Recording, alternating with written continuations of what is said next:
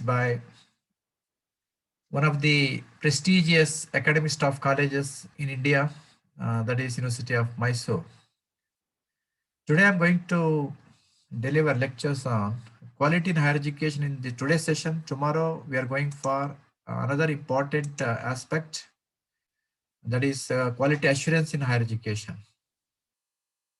You please switch off your videos.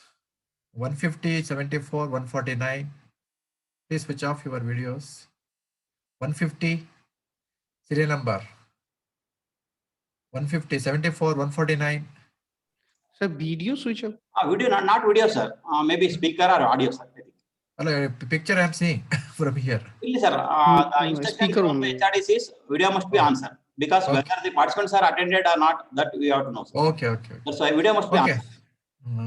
Today's presentation is on quality in higher education. Quality is very important subject in any field, in manufacturing sector, service sector. In education, of late, quality has taken a central stage because of NAC accreditation, NIRF ranking, and also Quality Council of India. There are so many organizations involved in certifying the quality of higher education institutions. It may be university or IIT or IM, or you may take any institution. So I discussed today about the background of quality in higher education. Tomorrow's session, we will focus on quality assurance in higher education, different certifying bodies and how they certify the institutions.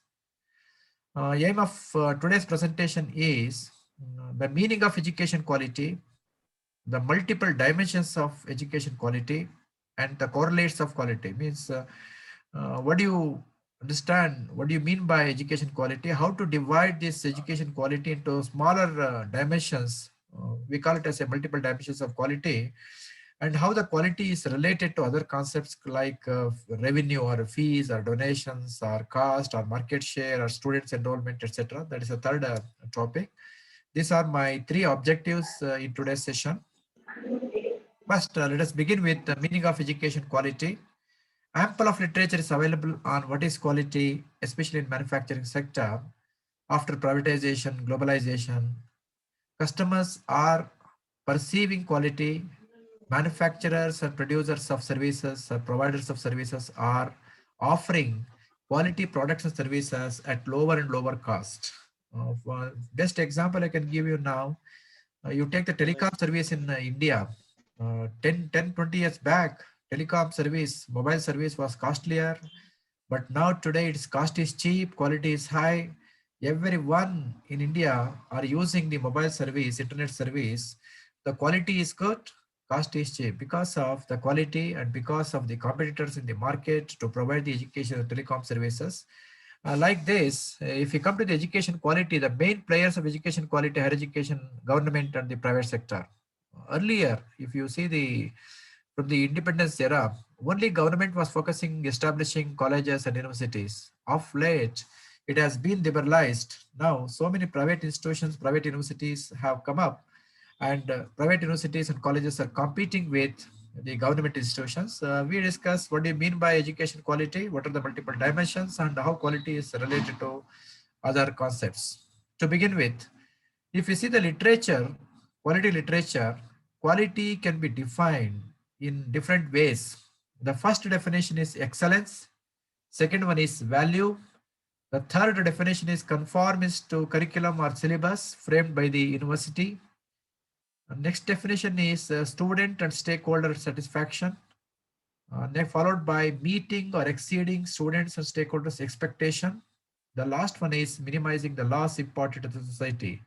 These six definitions listed for discussion, they are different in their meaning, and we want to achieve excellence in our education delivery. That is the first definition of education quality.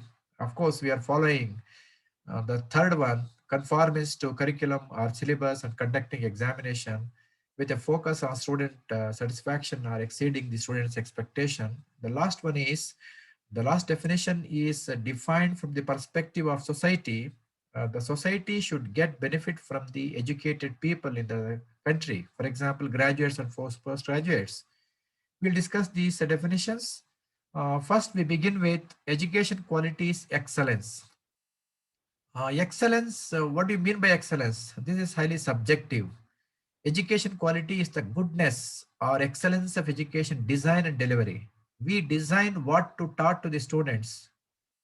Designing a course, designing a program, and preparing a syllabus for the education delivery in the classroom. This is a design part. Preparation of curriculum and preparation of the courses, and the delivery, education delivery will take place in the classroom, online, offline, and also we take the students outside the classroom, project works or field visits, how we deliver this education to the students.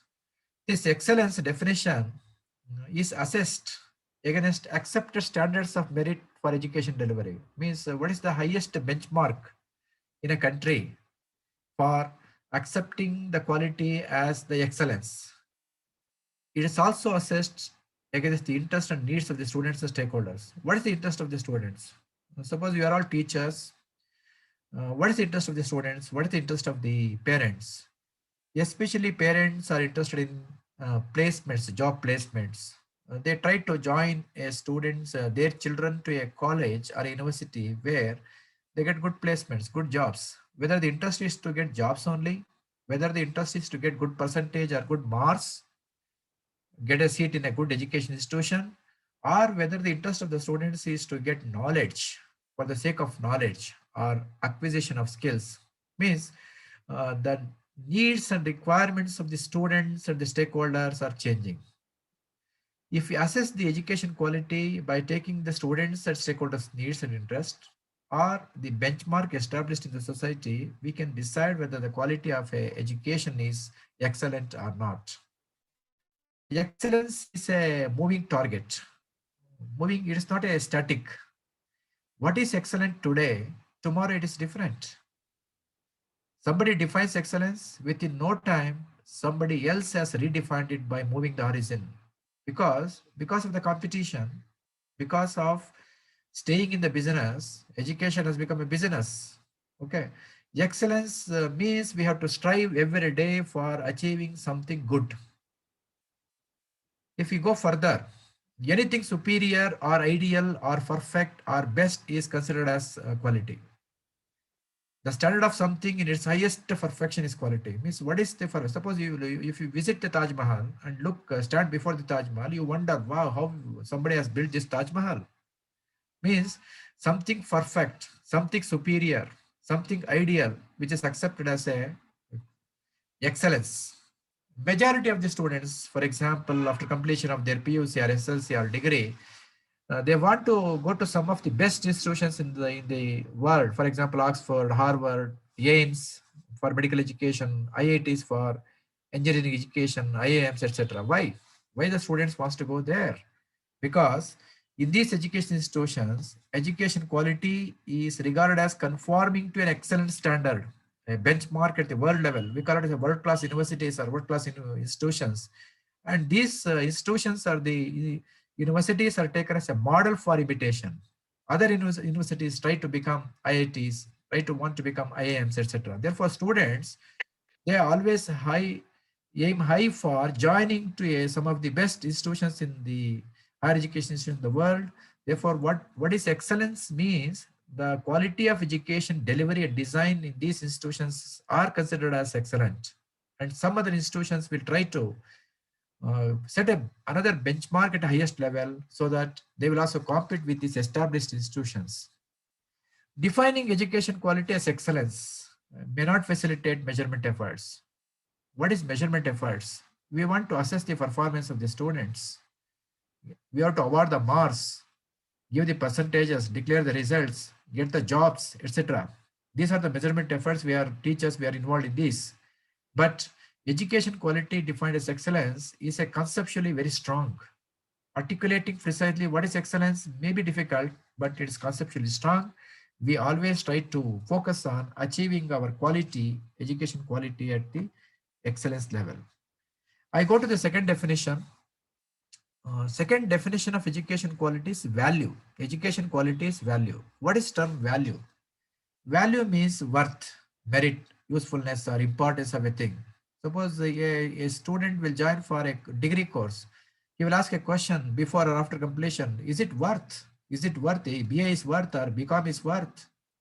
Or MSc is worth or BE is worth? Worth in the sense, after completion of a degree, it must benefit the student and also the parents and the society.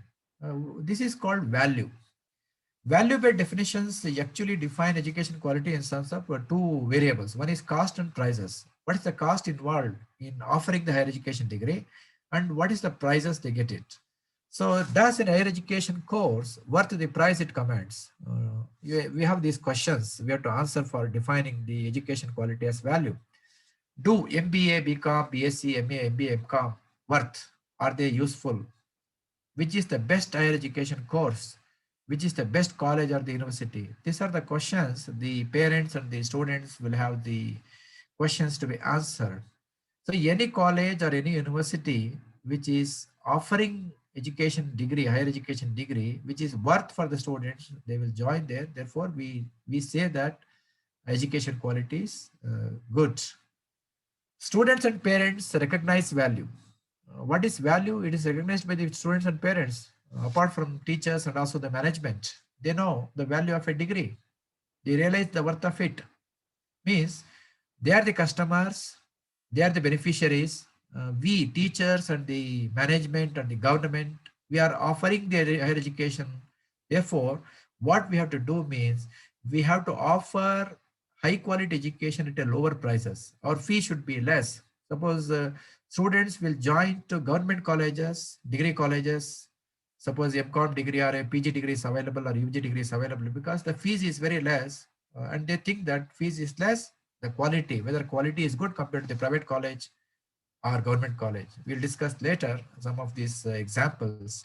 So education quality is value means the donation part, the fees part, and also the quality of the education delivery they get it from the joining a course.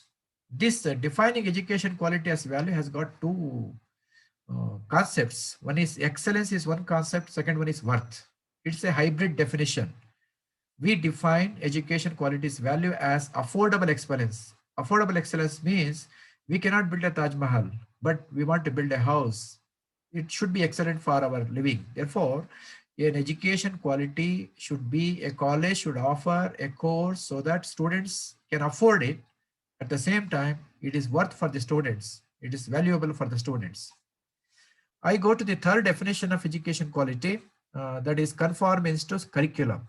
This is a definition drawn from the manufacturing sector where quality is defined as conformance to specification, pre-established specifications, designs. If you want to construct a building, we need a design. If you want to manufacture a bike, we need a design. Design is prepared first, then product is manufactured. Product is compared to the design, and they decide whether it is conformance to design or non-conformance to design. Their quality is decided. In higher education sector, conformance to curriculum or syllabus is accepted, most of us, for day-to-day running of our colleges and universities. This conformance is a binary state. Binary means it exists or it does not, like yes or no. It exists, it is conformance, means there's a presence of quality. It does not exist, therefore non-conformance means absence of quality. For conformance definition, we take curriculum or syllabus which consists of subjects with well-defined contents, chapters or modules to award a degree. In a choice-based credit system, we have credits to be completed by a student in each semester, 3 years degree, and each course will have the modules or the content syllabus framed by the Board of Studies. Board of Studies and Academic Council will decide what is the syllabus. The syllabus or the curriculum prepared by the colleges or universities are like a static. It should be revised or updated continuously. If not, quality will be absent. Means what is our conclusion is conformance to syllabus means presence of education quality, completion of syllabus in time, conducting examination on the basis of the completion of syllabus is quality. Non-conformance to curriculum means absence of education quality. Critics will criticize this definition because they argue that, industrialists argue that conformance by nature relates to static syllabus. They argue that syllabus you prepare once in 3 years, or you may go revise it once in 3 years, or you may not revise it. Some of the universities may not revise the syllabus 5 years, 6 years, they will take. But the world is changing very fast. Our syllabus should be revised very fast, but we are not doing that. Quality is not static. It is a moving target, just like a flowing water. Revision of syllabus results in constant improvement of education quality, and this definition is accepted by the university, and we have to focus on updating our syllabus continuously so that we can deliver good quality education to the students. The next definition of education quality is satisfaction of students and stakeholders. Students and stakeholders are the customers of higher education. Students, sometimes they are also called products of higher education. You may think as a product or you think as a customer. Stakeholders consists of parents, prospective employers, government, society. Stakeholders. Stakeholders are looking at the universities because students will come to the colleges and universities, they get the education and they'll go to the jobs, or they stay in the society to do some self-employment work. Here, customers in education, we treat students as customers. They are the main beneficiaries of your education. Whether they are happy, whether they are satisfied with the education quality, beyond our marks. I'll go to the Mahatma Gandhi's view of customers. What Mahatma Gandhi said, the customer is the most important visitor to our establishment. Students will come to our college, our university, because of the lockdown. For since 1 year, nearly March, 11 months are over. Students stayed home. Even in primary and middle schools, students are staying home. Colleges are not running because students are not there. When a student comes to our college, we should treat them as the most important visitor. Student will come to us. No one else will come to us because they want knowledge, therefore they come here. Gandhiji said, customer is the most important visitor to our establishment. He is not depend on us, we depend on him. Customer is not depending on the service provider, but service provider is depending, means teachers are depending on customers or students, colleges are depending. He does not disrupt in us in our work. He is the purpose of it. He is not creating any problems for us. He is not an alien in our business, he is part of it. We do not do a favor, but we serve him. He does us a favor by making it possible. Means students are providing an opportunity for the college and teachers to serve him better. This is the view of the Gandhiji. Even today it is good because customers are kings. We have to serve the customers as a king. Citizens are serving these kings in the kingdom. We have to delight them. We have to satisfy them. We have to exceed their expectations. So during COVID-19 lockdown period, students have not visited colleges and universities. Some courses are closed. Even some colleges are closed where students have not joined. Even enrollment ratio is decreasing now. Students are afraid to come to college for higher education because they want to stay home without visiting, or they may join to some correspondence courses. Some online courses are available. They are competing now. Physical colleges are competing with the correspondence courses and colleges. Defining education quality as meeting or exceeding expectations. Here we want to list the expectations of the students. Normally, students' expectation is to score marks, good percentage, get a seat for a course in good institution for higher education, get a good job, settle in their life happily. Parents want their children to get a job after completion of the degree. They have to settle in their life. They get married and they will earn living and they live happily. This is their expectations. So what a college will do, whether college will fulfill these expectations or not. If yes, we say education quality is good. Expectations of the parents include to educate their children properly, to earn for living. And for employers, expectations of the employers, graduates should have employable knowledge and skills. Today, jobs are available, but right people are not available for jobs. We will discuss at the end the Government of India's initiative for Future Skills program. Job roles are available, but people are not available. Means we teach something, teaching, that skill may not be suitable to an employer where he find a changing challenges in the competitive field. The employer will look into the graduates, those who can get employment and work for their organization. So here, graduates should work for the organizations productively, efficiently, to meet the challenges. These are the employer's expectation. But multiple expectations of different stakeholders, students one expectation, parents another expectation, employers another expectations, whether colleges or universities are fulfilling these expectations. If yes, then we say education quality is good. Our education design and delivery should not only meet but exceed the expectations of students and stakeholders. The last definition is education quality is defined as minimizing the loss imparted to society. This is a negative concept, negative definition. Are our students after their graduation or post-graduation imparting any loss to the society? Are they assets or liability to the society? Are they useful or burden to the society? Are they contributing something positive or negative to the society? If you ask these questions, I think we know the mixed answer.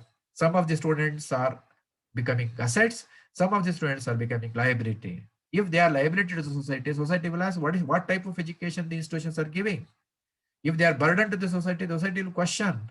Means every education institution will have a social responsibility. When we turn out our students, when we graduate our students, they should be a responsible citizen in a society. Therefore, he must contribute to the society's well-being. This is the definition of education quality, means minimizing the loss imparted to the society. From this perspective, education quality is high when the society gains something from our graduates. Society expects responsible behavior, attitude, personality from our graduates. We are seeing declining standards of graduates, means the behavior, attitude, and personality of the graduates are declining. Why they are declining? They blame the colleges and teachers. Okay, we are part of it. When the society does not get anything positive, at least loss should be minimum. Minimum loss important society is considered as quality. For this is, I can explain to you what is minimum loss means. Suppose you are traveling in a train, you get a cup of tea and you drink it. There is no dustbin in the train. You throw the tea cup outside the train, throw it to the farmer's field. Tomorrow morning, farmer will come. Farmer job is not to till the land. First, he has to clean the cups. Is it means as a passenger traveling in a train, we are importing loss to the farmers. Like that, whether our students, instead of contributing positively, they should not contribute negatively to the society. This is the definition of expectations of the society. When we have discussed 6 definitions, if you compare the 6 definitions, which is the best definition of education? Is it excellence or value or conformance to syllabus or meeting the expectations of the students or satisfaction of the students and stakeholders? Each of these 6 definitions have merits and demerits. And you can judge the strength and weakness of these definitions by 4 criteria. Number 1 is conceptualization. How do you articulate the definition of education quality? This is theoretical conceptualization. Education quality means excellence is very strong theoretically. Education quality means conformance to syllabus is operationally very strong. Day-to-day operations is very strong. And managerial usefulness, management, which definition the management will accept, and consumer relevance. Consumer means customer and the students and the stakeholders. By taking these 4 bases, you can judge which is the best definition of education quality. For operational definition, we have accepted education quality means conformance to syllabus, completion of syllabus. For conceptualization purpose, education quality means excellence, value, and also meeting or exceeding the customer's expectations. This is my discussion about the first part of the lecture. We will, if you have any questions, you please ask me at the later stage. After defining what is education quality, next challenging task is, if you want to manage quality, education quality, if you want to improve quality, what are the dimensions of this quality? We have to dissect the quality into several parts. Each dimension should play a role in improving the education quality or declining the education quality. What are the multiple dimensions of education quality? we can list some 8 dimensions. One is performance of a teacher and student, features which are available, infrastructure which are available in the college or the university, reliability, conformance, durability, serviceability, aesthetics, perceived quality. These are all 8 dimensions. These dimensions can be applied to product or a service. We think education is a service, therefore, service quality can be improved. Service education quality can be managed in a better way by understanding these features, 8 features. First one is performance. Performance refers to the primary operating characteristics of education service. What is primary operating characteristic? Teaching and research. In higher education, the primary performance of a teacher is teaching and research. In PUC and high school level, research will not come.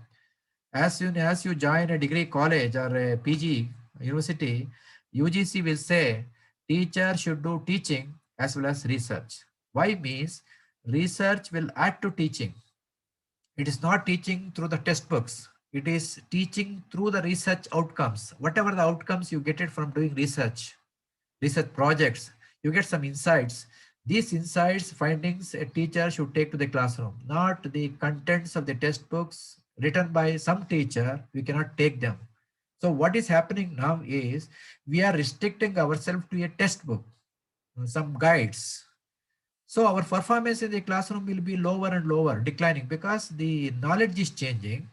The what is available in the textbook is not changing. It is not revising. We should not restrict ourselves to the textbook teaching. So what is the part of the performance of a teacher? Means research, continuous research in the field of your interest, so that you can take the outcome of the research to the classroom. Then the quality performance will be higher. Performance of the students in the semester and examination, competitive examination, job placements. Semester and examination, we know inter-assessment marks are there. Term and examinations, we set the papers and they will pass. When we were students, fears were there. We were afraid of I should be passed, at least I should not be failed. But now the failure rate is less. All of them are passing. Means they are success in the examination. But how many of them will complete the competitive examinations, bank exam or IAS, etc.? Job placements, industry-based placements. This is the performance of the students. And again, performance also refers to performance of alumni. Progression in their jobs and occupations. For 10 years back, some students have studied in our college, what they are, where they are, whether they are progressing in their jobs, what they are. This is the performance variable we can measure. If you go for NAC accreditation or NRF ranking, they specifically ask for the performance of teachers, publications, seminar presentations, project works completed, etc., apart from teaching. And also students' performance in the competitive examination, job placements, and also alumni's performance. This is the first feature of education quality. The connection between performance and quality is equally dependent on circumstances. Whether performance differences are perceived as quality differences normally depend on individual preferences. Means the performance of a teacher in a college. Means a college, you are a teacher, means a lot of workload is there. I told you, you must do research. But morning to evening, there is a attendance is taken online. You have to sit in the college itself. You may not be able to go out. Funding is a problem. Time is a problem. You are more worried about teaching in the classroom and also extra other works allotted by the college. Means, in spite of this pressure, what is your contribution to the research will be considered as a performance, teacher's performance. The second feature of education quality is features. This is not a primary operating characteristic. This is called secondary characteristics of education quality. Secondary quality will add to the primary quality. Means, for example, some private buses are available. Private institutions are offering bus service, uniforms, canteen facilities, study tours, free laptops, study materials, remedial coaching. So many things we are adding.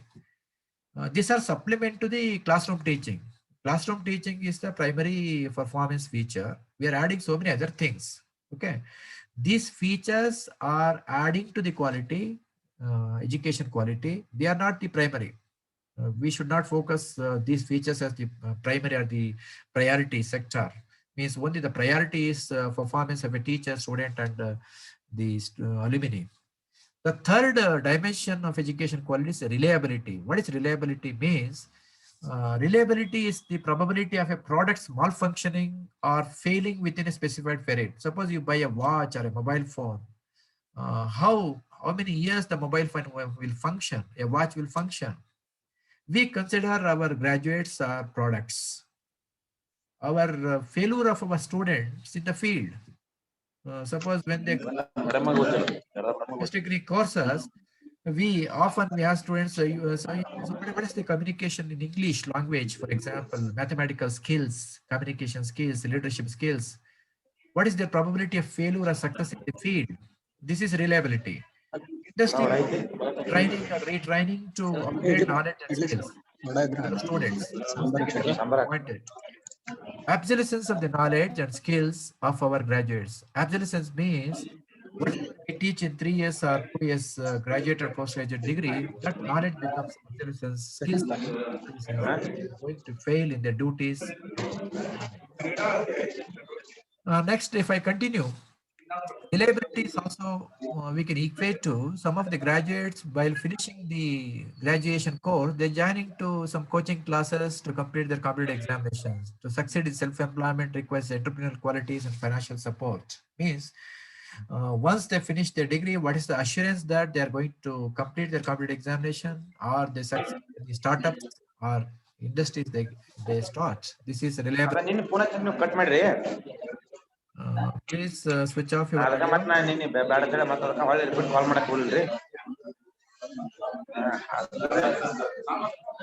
Sir, 161. 161, please, please, 161. Number 161.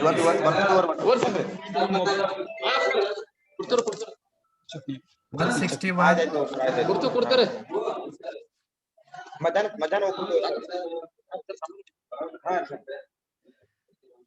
I go to the next dimension.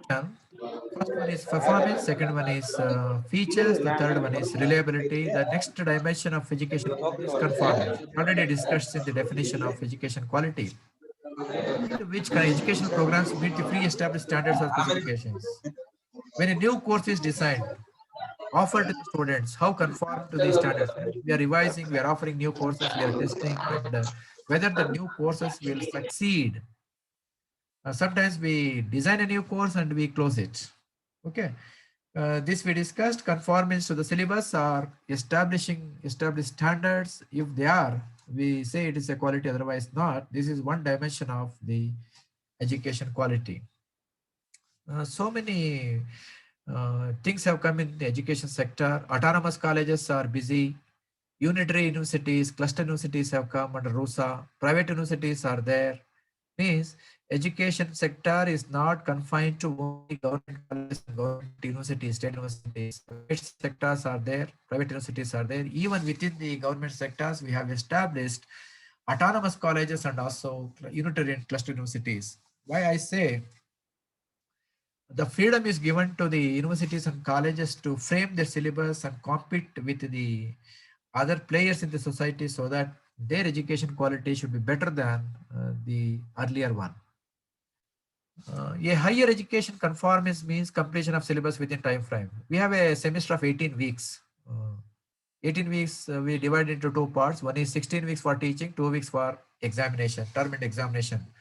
So should we say we prepare the syllabus to complete within 16 weeks and UGC norms is there. Number of hours of teaching for a teacher, 16 hours. Apart from the tutorials and also practicals.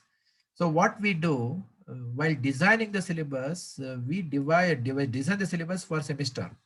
We had annual examinations. Even today in universities, some of the universities are offering annual examinations.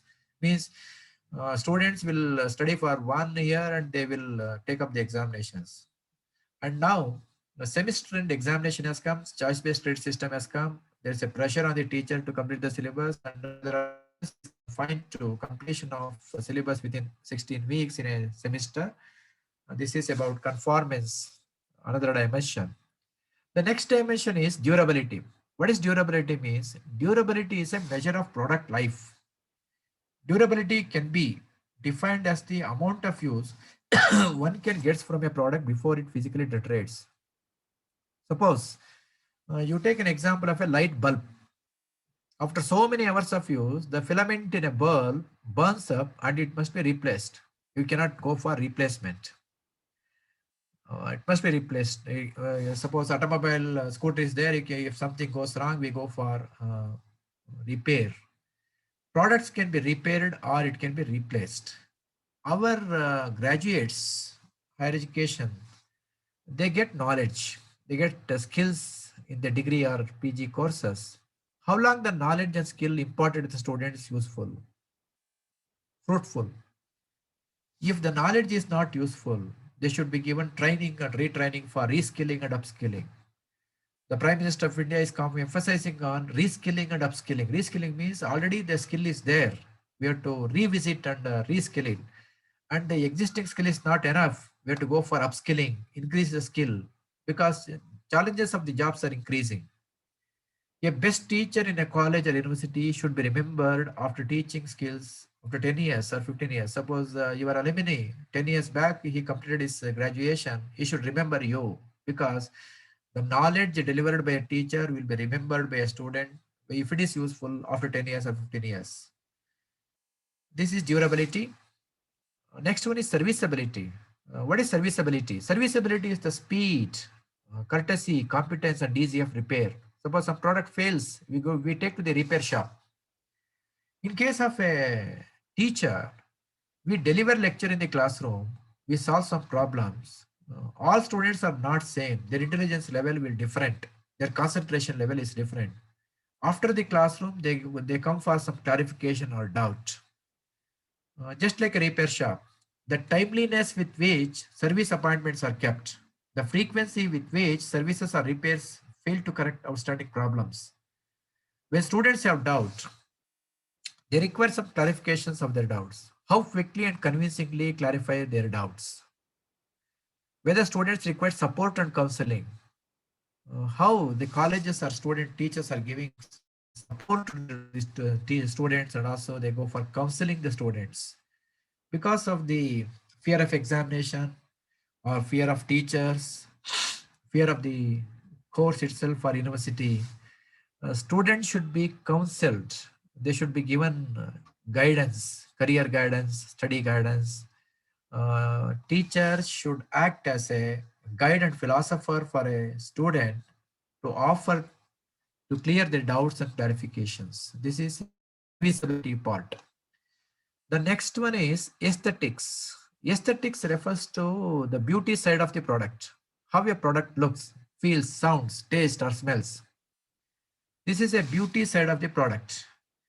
It is clearly a better personal judgment and reflection of individual references. What is beautiful to an individual is different from another individual. Means what is beautiful to Mr. A may not be beautiful for Mr. B. Why this is infrastructure? Parents will look into the infrastructure, the building, the furniture, the facilities available in the college. These are the tangibles, outside tangibles. They look into it. Suppose I take the example of a government building and a private college building.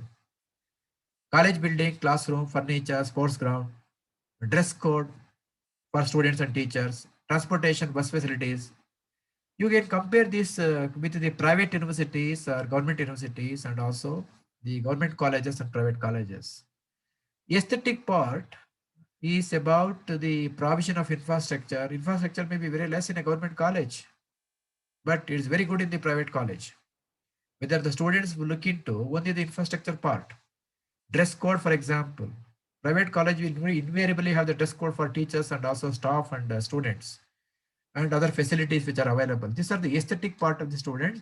Whether the parents and teachers should give importance to aesthetics part of the student, then they consider quality is good, otherwise quality is bad. The next one is the last dimension of education quality is perceived quality. What is perceived quality?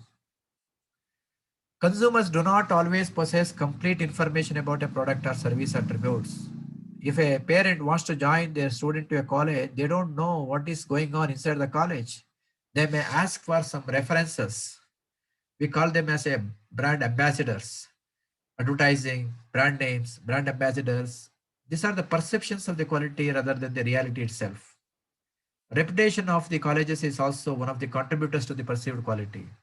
What the two teachers will ask some alumni of a college, seniors who studied in the college, how is the college, how the classes are going on.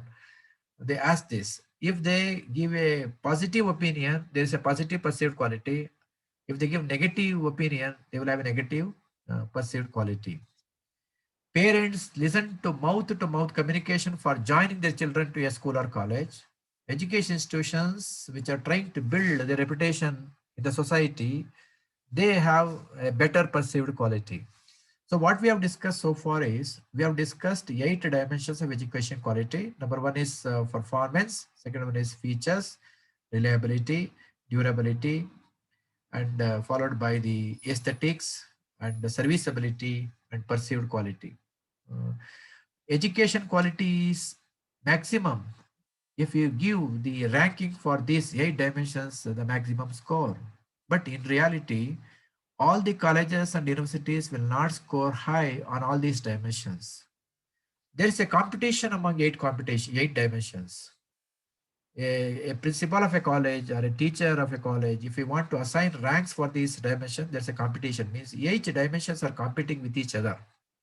Each dimension is a self-contained and distinct. It's separate. For a product or a service can be ranked high on one dimension while being low on another dimension. Sometime an improvement in one dimension will need sacrifice of another dimension. Means what you understand is there's a balancing these dimensions is very difficult for education institutions to offer good quality. Balancing. To be more interest to the policy makers, administrators, management, quality must be closely related to some of the variables. What they do, we have identified 8 dimensions. Suppose if we go for building infrastructure, giving more infrastructure means investment is required. Give a UGC salary to a private college, a guest lecturer means expenditure is more. Yeah, salary will be less. We want higher quality. We want to invest money on the building. We want to invest more money on the infrastructure facilities. What the management will think about is, to balance these 8 dimensions, they go for how these 8 dimensions are correlated. Uh, what is the relationship between the cost, revenue, market share, productivity, etc. Now, because of the lockdown, schools have been closed down. The private school management is demanding the government to allow them to open the schools, because without running a school or a college, they cannot maintain. Overhead expenditure is there. They have to make payment of salary to the teachers, not teaching staff, electricity bill, telephone bill. They have to meet the expenditure. Means quality of education, higher education, is linked to some of the variables. What we discuss now is how the quality is related to cost of providing education, revenue generated by education institutions in terms of fees and donations and grants and funding, market share. Market share means how many students will join to a specific college, means the enrollment, students enrollment. And the next one is productivity of the teachers, productivity of the non-teaching staff, and also productivity of the students. If we take these 4 variables and equate with the education quality becomes complex. It is not so simple because of the correlation with some of the variables. Our discussion now is on cost of providing higher education. There are 3 theoretical discussions about cost and quality. First, quality and direct costs are positively related. Higher the quality, higher the cost. If you want to provide higher education quality, you have to incur higher cost. Higher cost in the sense, give good salary to the teachers, build infrastructure, spend money. Means you have to expend more to provide higher quality. This is directly related to the higher the cost and higher the quality. We'll come to another definition, relationship. Higher the quality, lower the cost. That is another inverse relationship is there. Later we discuss. The first theoretical argument is that if you want to provide higher quality, we need to spend more money. The implicit assumption here is that quality differences reflect variation in the performance, features, reliability, 8 dimensions we have discussed. They require human resources and tangible resources. More investment in human resources and also most investment in tangible resources, which involve cost. This is first argument. The second argument is The second view draws on the operations management literature. It says quality and cost are negatively related. Means higher the quality, better the quality, cost will be less. Why cost will be less? Cost of improving quality are thought to be less than resulting savings in tuition, tutorials, fail in examination, reappearance, etc. We teach in a classroom, later on we conduct tutorial classes and students will go to tuitions. This is like a rework. We are spending extra hours for teaching again and again. Why? What is the reason?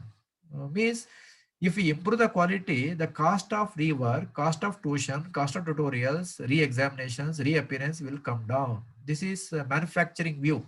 Higher the quality, lower the cost. Quality is synonymous with the absence of defects. The cost in questions are only quality cost. Means suppose if we improve the quality of teaching, cost would come down. This is second argument. First argument means higher the quality, higher the cost, because we have to spend more money for teacher salary, non-teaching salary, and also investment in infrastructure. But second definition, second argument is that if we improve the quality continuously, the cost will come down. Quality costs are defined as any expenditure or service in excess of those that would have been incurred if the service had not performed exactly right first time. We have to deliver the quality right first time. If we don't do that, we need to spend more money. This is we call it as a quality cost. I think we have several parts of the quality cost. The quality cost means either it includes the prevention cost, appraisal cost, internal failure cost, external failure cost. Prevention cost means we give training. Appraisal cost, we conduct tests, we give training to the teachers also. We conduct some self-appraisal, self-performance, self-appraisal. Internal failure cost and external failure cost. Internal failure cost means students failed. We don't want to fail the students. We have to ask him to pass. What do? We conduct tuitions and remedial classes. External failure cost means our students will go to the field, they fail to perform a job. These are the broad categories of cost. These costs are called quality costs. Higher the quality, this cost would be minimum. These are the explanations for prevention cost and appraisal cost, internal failure and external failure cost. Using these categories, it is easy to see why analysts argue that quality and cost are negatively related. Poor performance and reliability lead to eventually large failure cost. Defective graduates and postgraduates should be re-educated, retrained, reskilled by the employers. Therefore, they argue that universities and colleges should train their students properly. And second part is quality is related to productivity. What is productivity? Productivity is viewed as a basic index of organization's health. Suppose a healthy organization, a growing organization, it is going to survive for several years. It is not going to die. A organization is not sick, means a college is not sick, a university is not sick.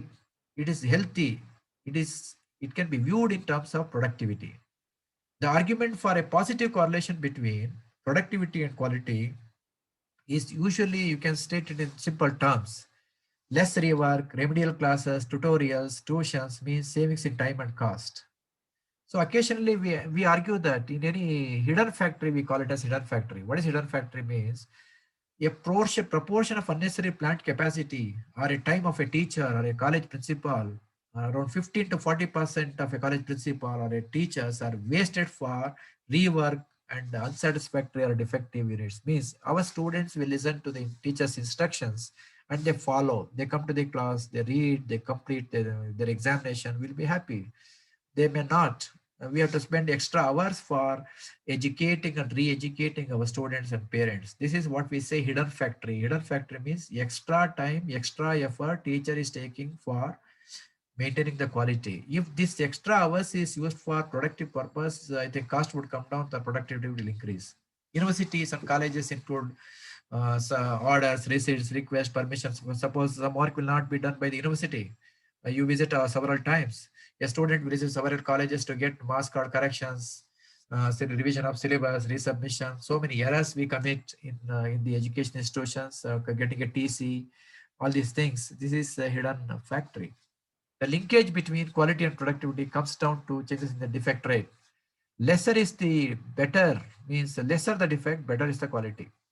Very narrow definition is the productivity can be defined as the ratio of good output to the input. Means what is the input and what is the output? If the input translates into output, quality will be better. Otherwise, there will be defects and wastages. There are two routes to the next one is revenues. Revenues means fees, donations, grants. We considered college or university is a service organization, a non-profit organization. They should not seek profit in establishing higher education. You know the reality is now. Education institutions are running for providing service. They run through the government grants or not. Government grants means aided colleges and aided universities where salary of the teachers will come from the government. Most of the colleges now are established under unaided colleges categories, means government is not giving any support. Colleges are surviving on fees, donations, and funds from the university, UGC, or some funding agencies. Now, quality of higher education is related to revenues. There are two routes for higher fees and donations. The first route is through the market. Improvement in performance, features, other dimensions of quality lead to increased enrollment of students and higher fees. Some students are ready to pay higher fees and donations to a college where they think it is offering good education. Higher quality education means you can capture the market by offering good quality education. You can charge more money. Students are ready to pay. If the cost of achieving these gains is outweighed by the increase in the contributions instituted by a college university, higher fees will result. Means charging higher fees, students will not think they are ready to give because they are getting good quality. If they perceive they are getting good quality, they give more donations and fees. Quality improvement may also affect profitability. Profitability, I don't use the word profitability, means revenues through the cost side.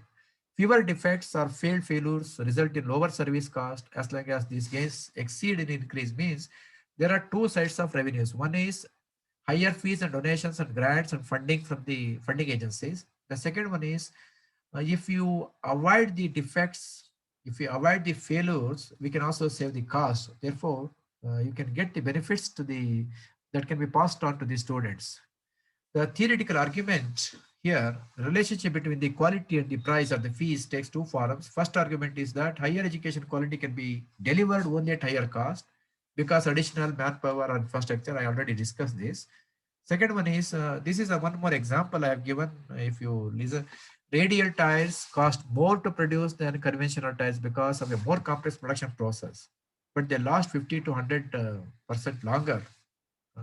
Who a raider will prefer a better quality tires than a conventional tires. Like that, students will prefer a college or a course which will give them better quality.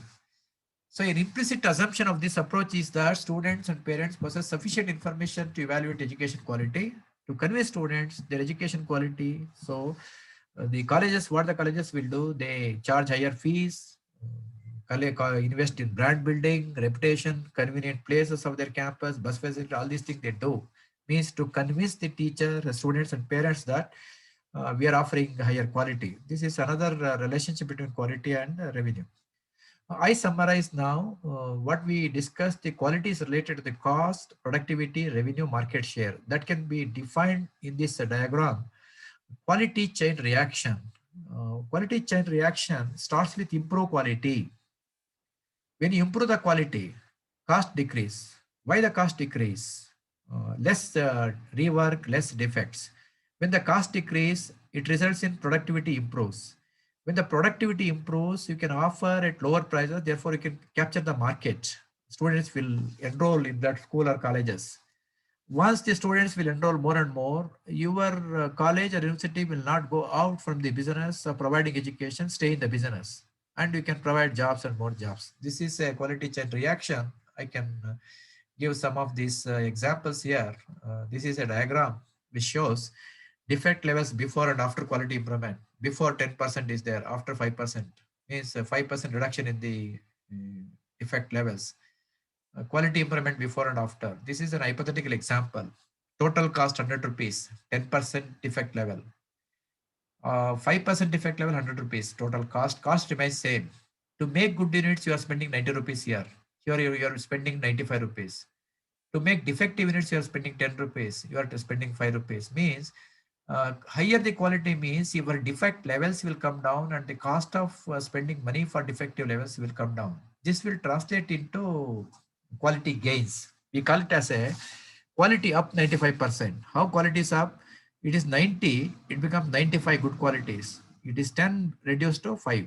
Quality up 95%, effect is down 5%, production capacity up 5%, lower cost per unit of good product. Before 900 rupees divided by 90, you get 1.11 is the cost per unit. After quality improvement, 100 divided by 95, 1.05. Cost reduction 0.06 per unit. Lower selling price by 0.06 per unit. Customer is happier because he get high quality and low price. Means consistent improvement in quality will result in lower cost. This diagram I explain here. Higher the quality, lower the cost, better the productivity, capture the market, stay in the business, provide jobs and more jobs. This diagram is given by American quality expert W.E. Deming. He went to Japan in after Second World War. When Japan was ruined by the Second World War, he taught the Japanese to compete in the international market only by improving quality. Improving quality, cost will reduce. Offer the product at lower price. Your productivity will increase. Means this lesson is taught to the Japanese. Now, this can be applied anywhere, even education institutions. If we improve our quality of our education delivery, our cost would decrease, productivity improves, and we can capture the market. This is the explanation for this diagram, and these are there. Before closing my presentation, I would share one of the emerging Government of India has come out with a future skills prime. India is looking to growing a digital economy from 200 billion to 1 trillion. Our Prime Minister is saying that our Indian economy should be grown to 5 trillion. 5 trillion means 1 billion means 1 followed by 90. 1 trillion means 1 followed by 12 zeros. Means in the international standard, billion and trillion is used. In India, we are using crore. There's a tremendous opportunity for growth. There's a need for upskilling and the existing potential human resources with emerging technologies. There's a skill gap between what we expect, means what the industry is expecting, what is our graduates are getting. So this is a scheme designed by the Government of India. I am sharing this this one link to you. What you do, you may also encourage your students to. Just a minute, I can share my.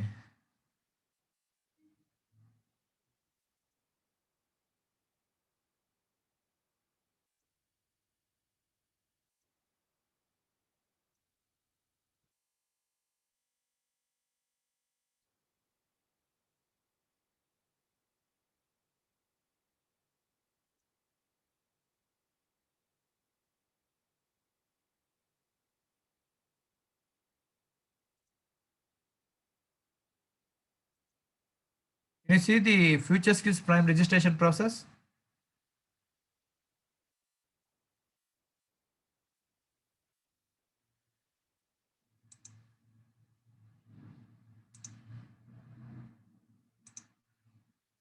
Can you see Future Skills Prime registration process? Yes. Yes, sir. Yes, sir. This is the we have to train the students on we have to give the skills to the students. This is a link I am sharing with you. I can share with you. What you do, there are certified courses offered by NASCOM in association with Government of India. This is a free program, no charge for this. Government of India wants to reskill and upskill the students. What we are giving education in the colleges, it is not enough. They must get extra skills. For this, our degree students and postgraduate students and our teachers also can join to this course free of cost. There are emerging technologies are available here. These are the how the registration will take place, and these are the courses which are available. Emerging courses. Which are the courses? Suppose big data analytics. This is a very important area for employment. Big data analysis means it may mathematics, statistics, computer science, commerce, economics. Those who are in the this field, they can take up this work, certificate free of cost. Cyber security, this is for computer science. Web mobile development and marketing, artificial intelligence, 3D printing and modeling, blockchain, augmented reality and virtual reality, Internet of Things. These are all some of the emerging technologies identified in NASCOM in association with the Ministry of Electronics and Information Technology. These courses are offered free of cost. Any teacher, any student, your alumni also can join. If any one of you are interested in this, I would definitely guide you how to join to this course and complete the certificate. This is called Future Skills Prime. Okay, our University of Mysore is the member of the NASCOM and also the member of the Confederation of Indian Industry. We are partnering with NASCOM because we want to get the expertise from the industry, and we have to offer the courses with in association with NASCOM and CII so that our students get latest knowledge available for them. So I request you also please join to this course free of cost. You have persuade your students to join to this course. You can send me the mail, or if you share your mail or mobile number, I can give you the details about this. This is about the latest thing available here. Now I stop my discussion. It is 11 o'clock. Another 15 minutes are available for discussion. You please ask any questions.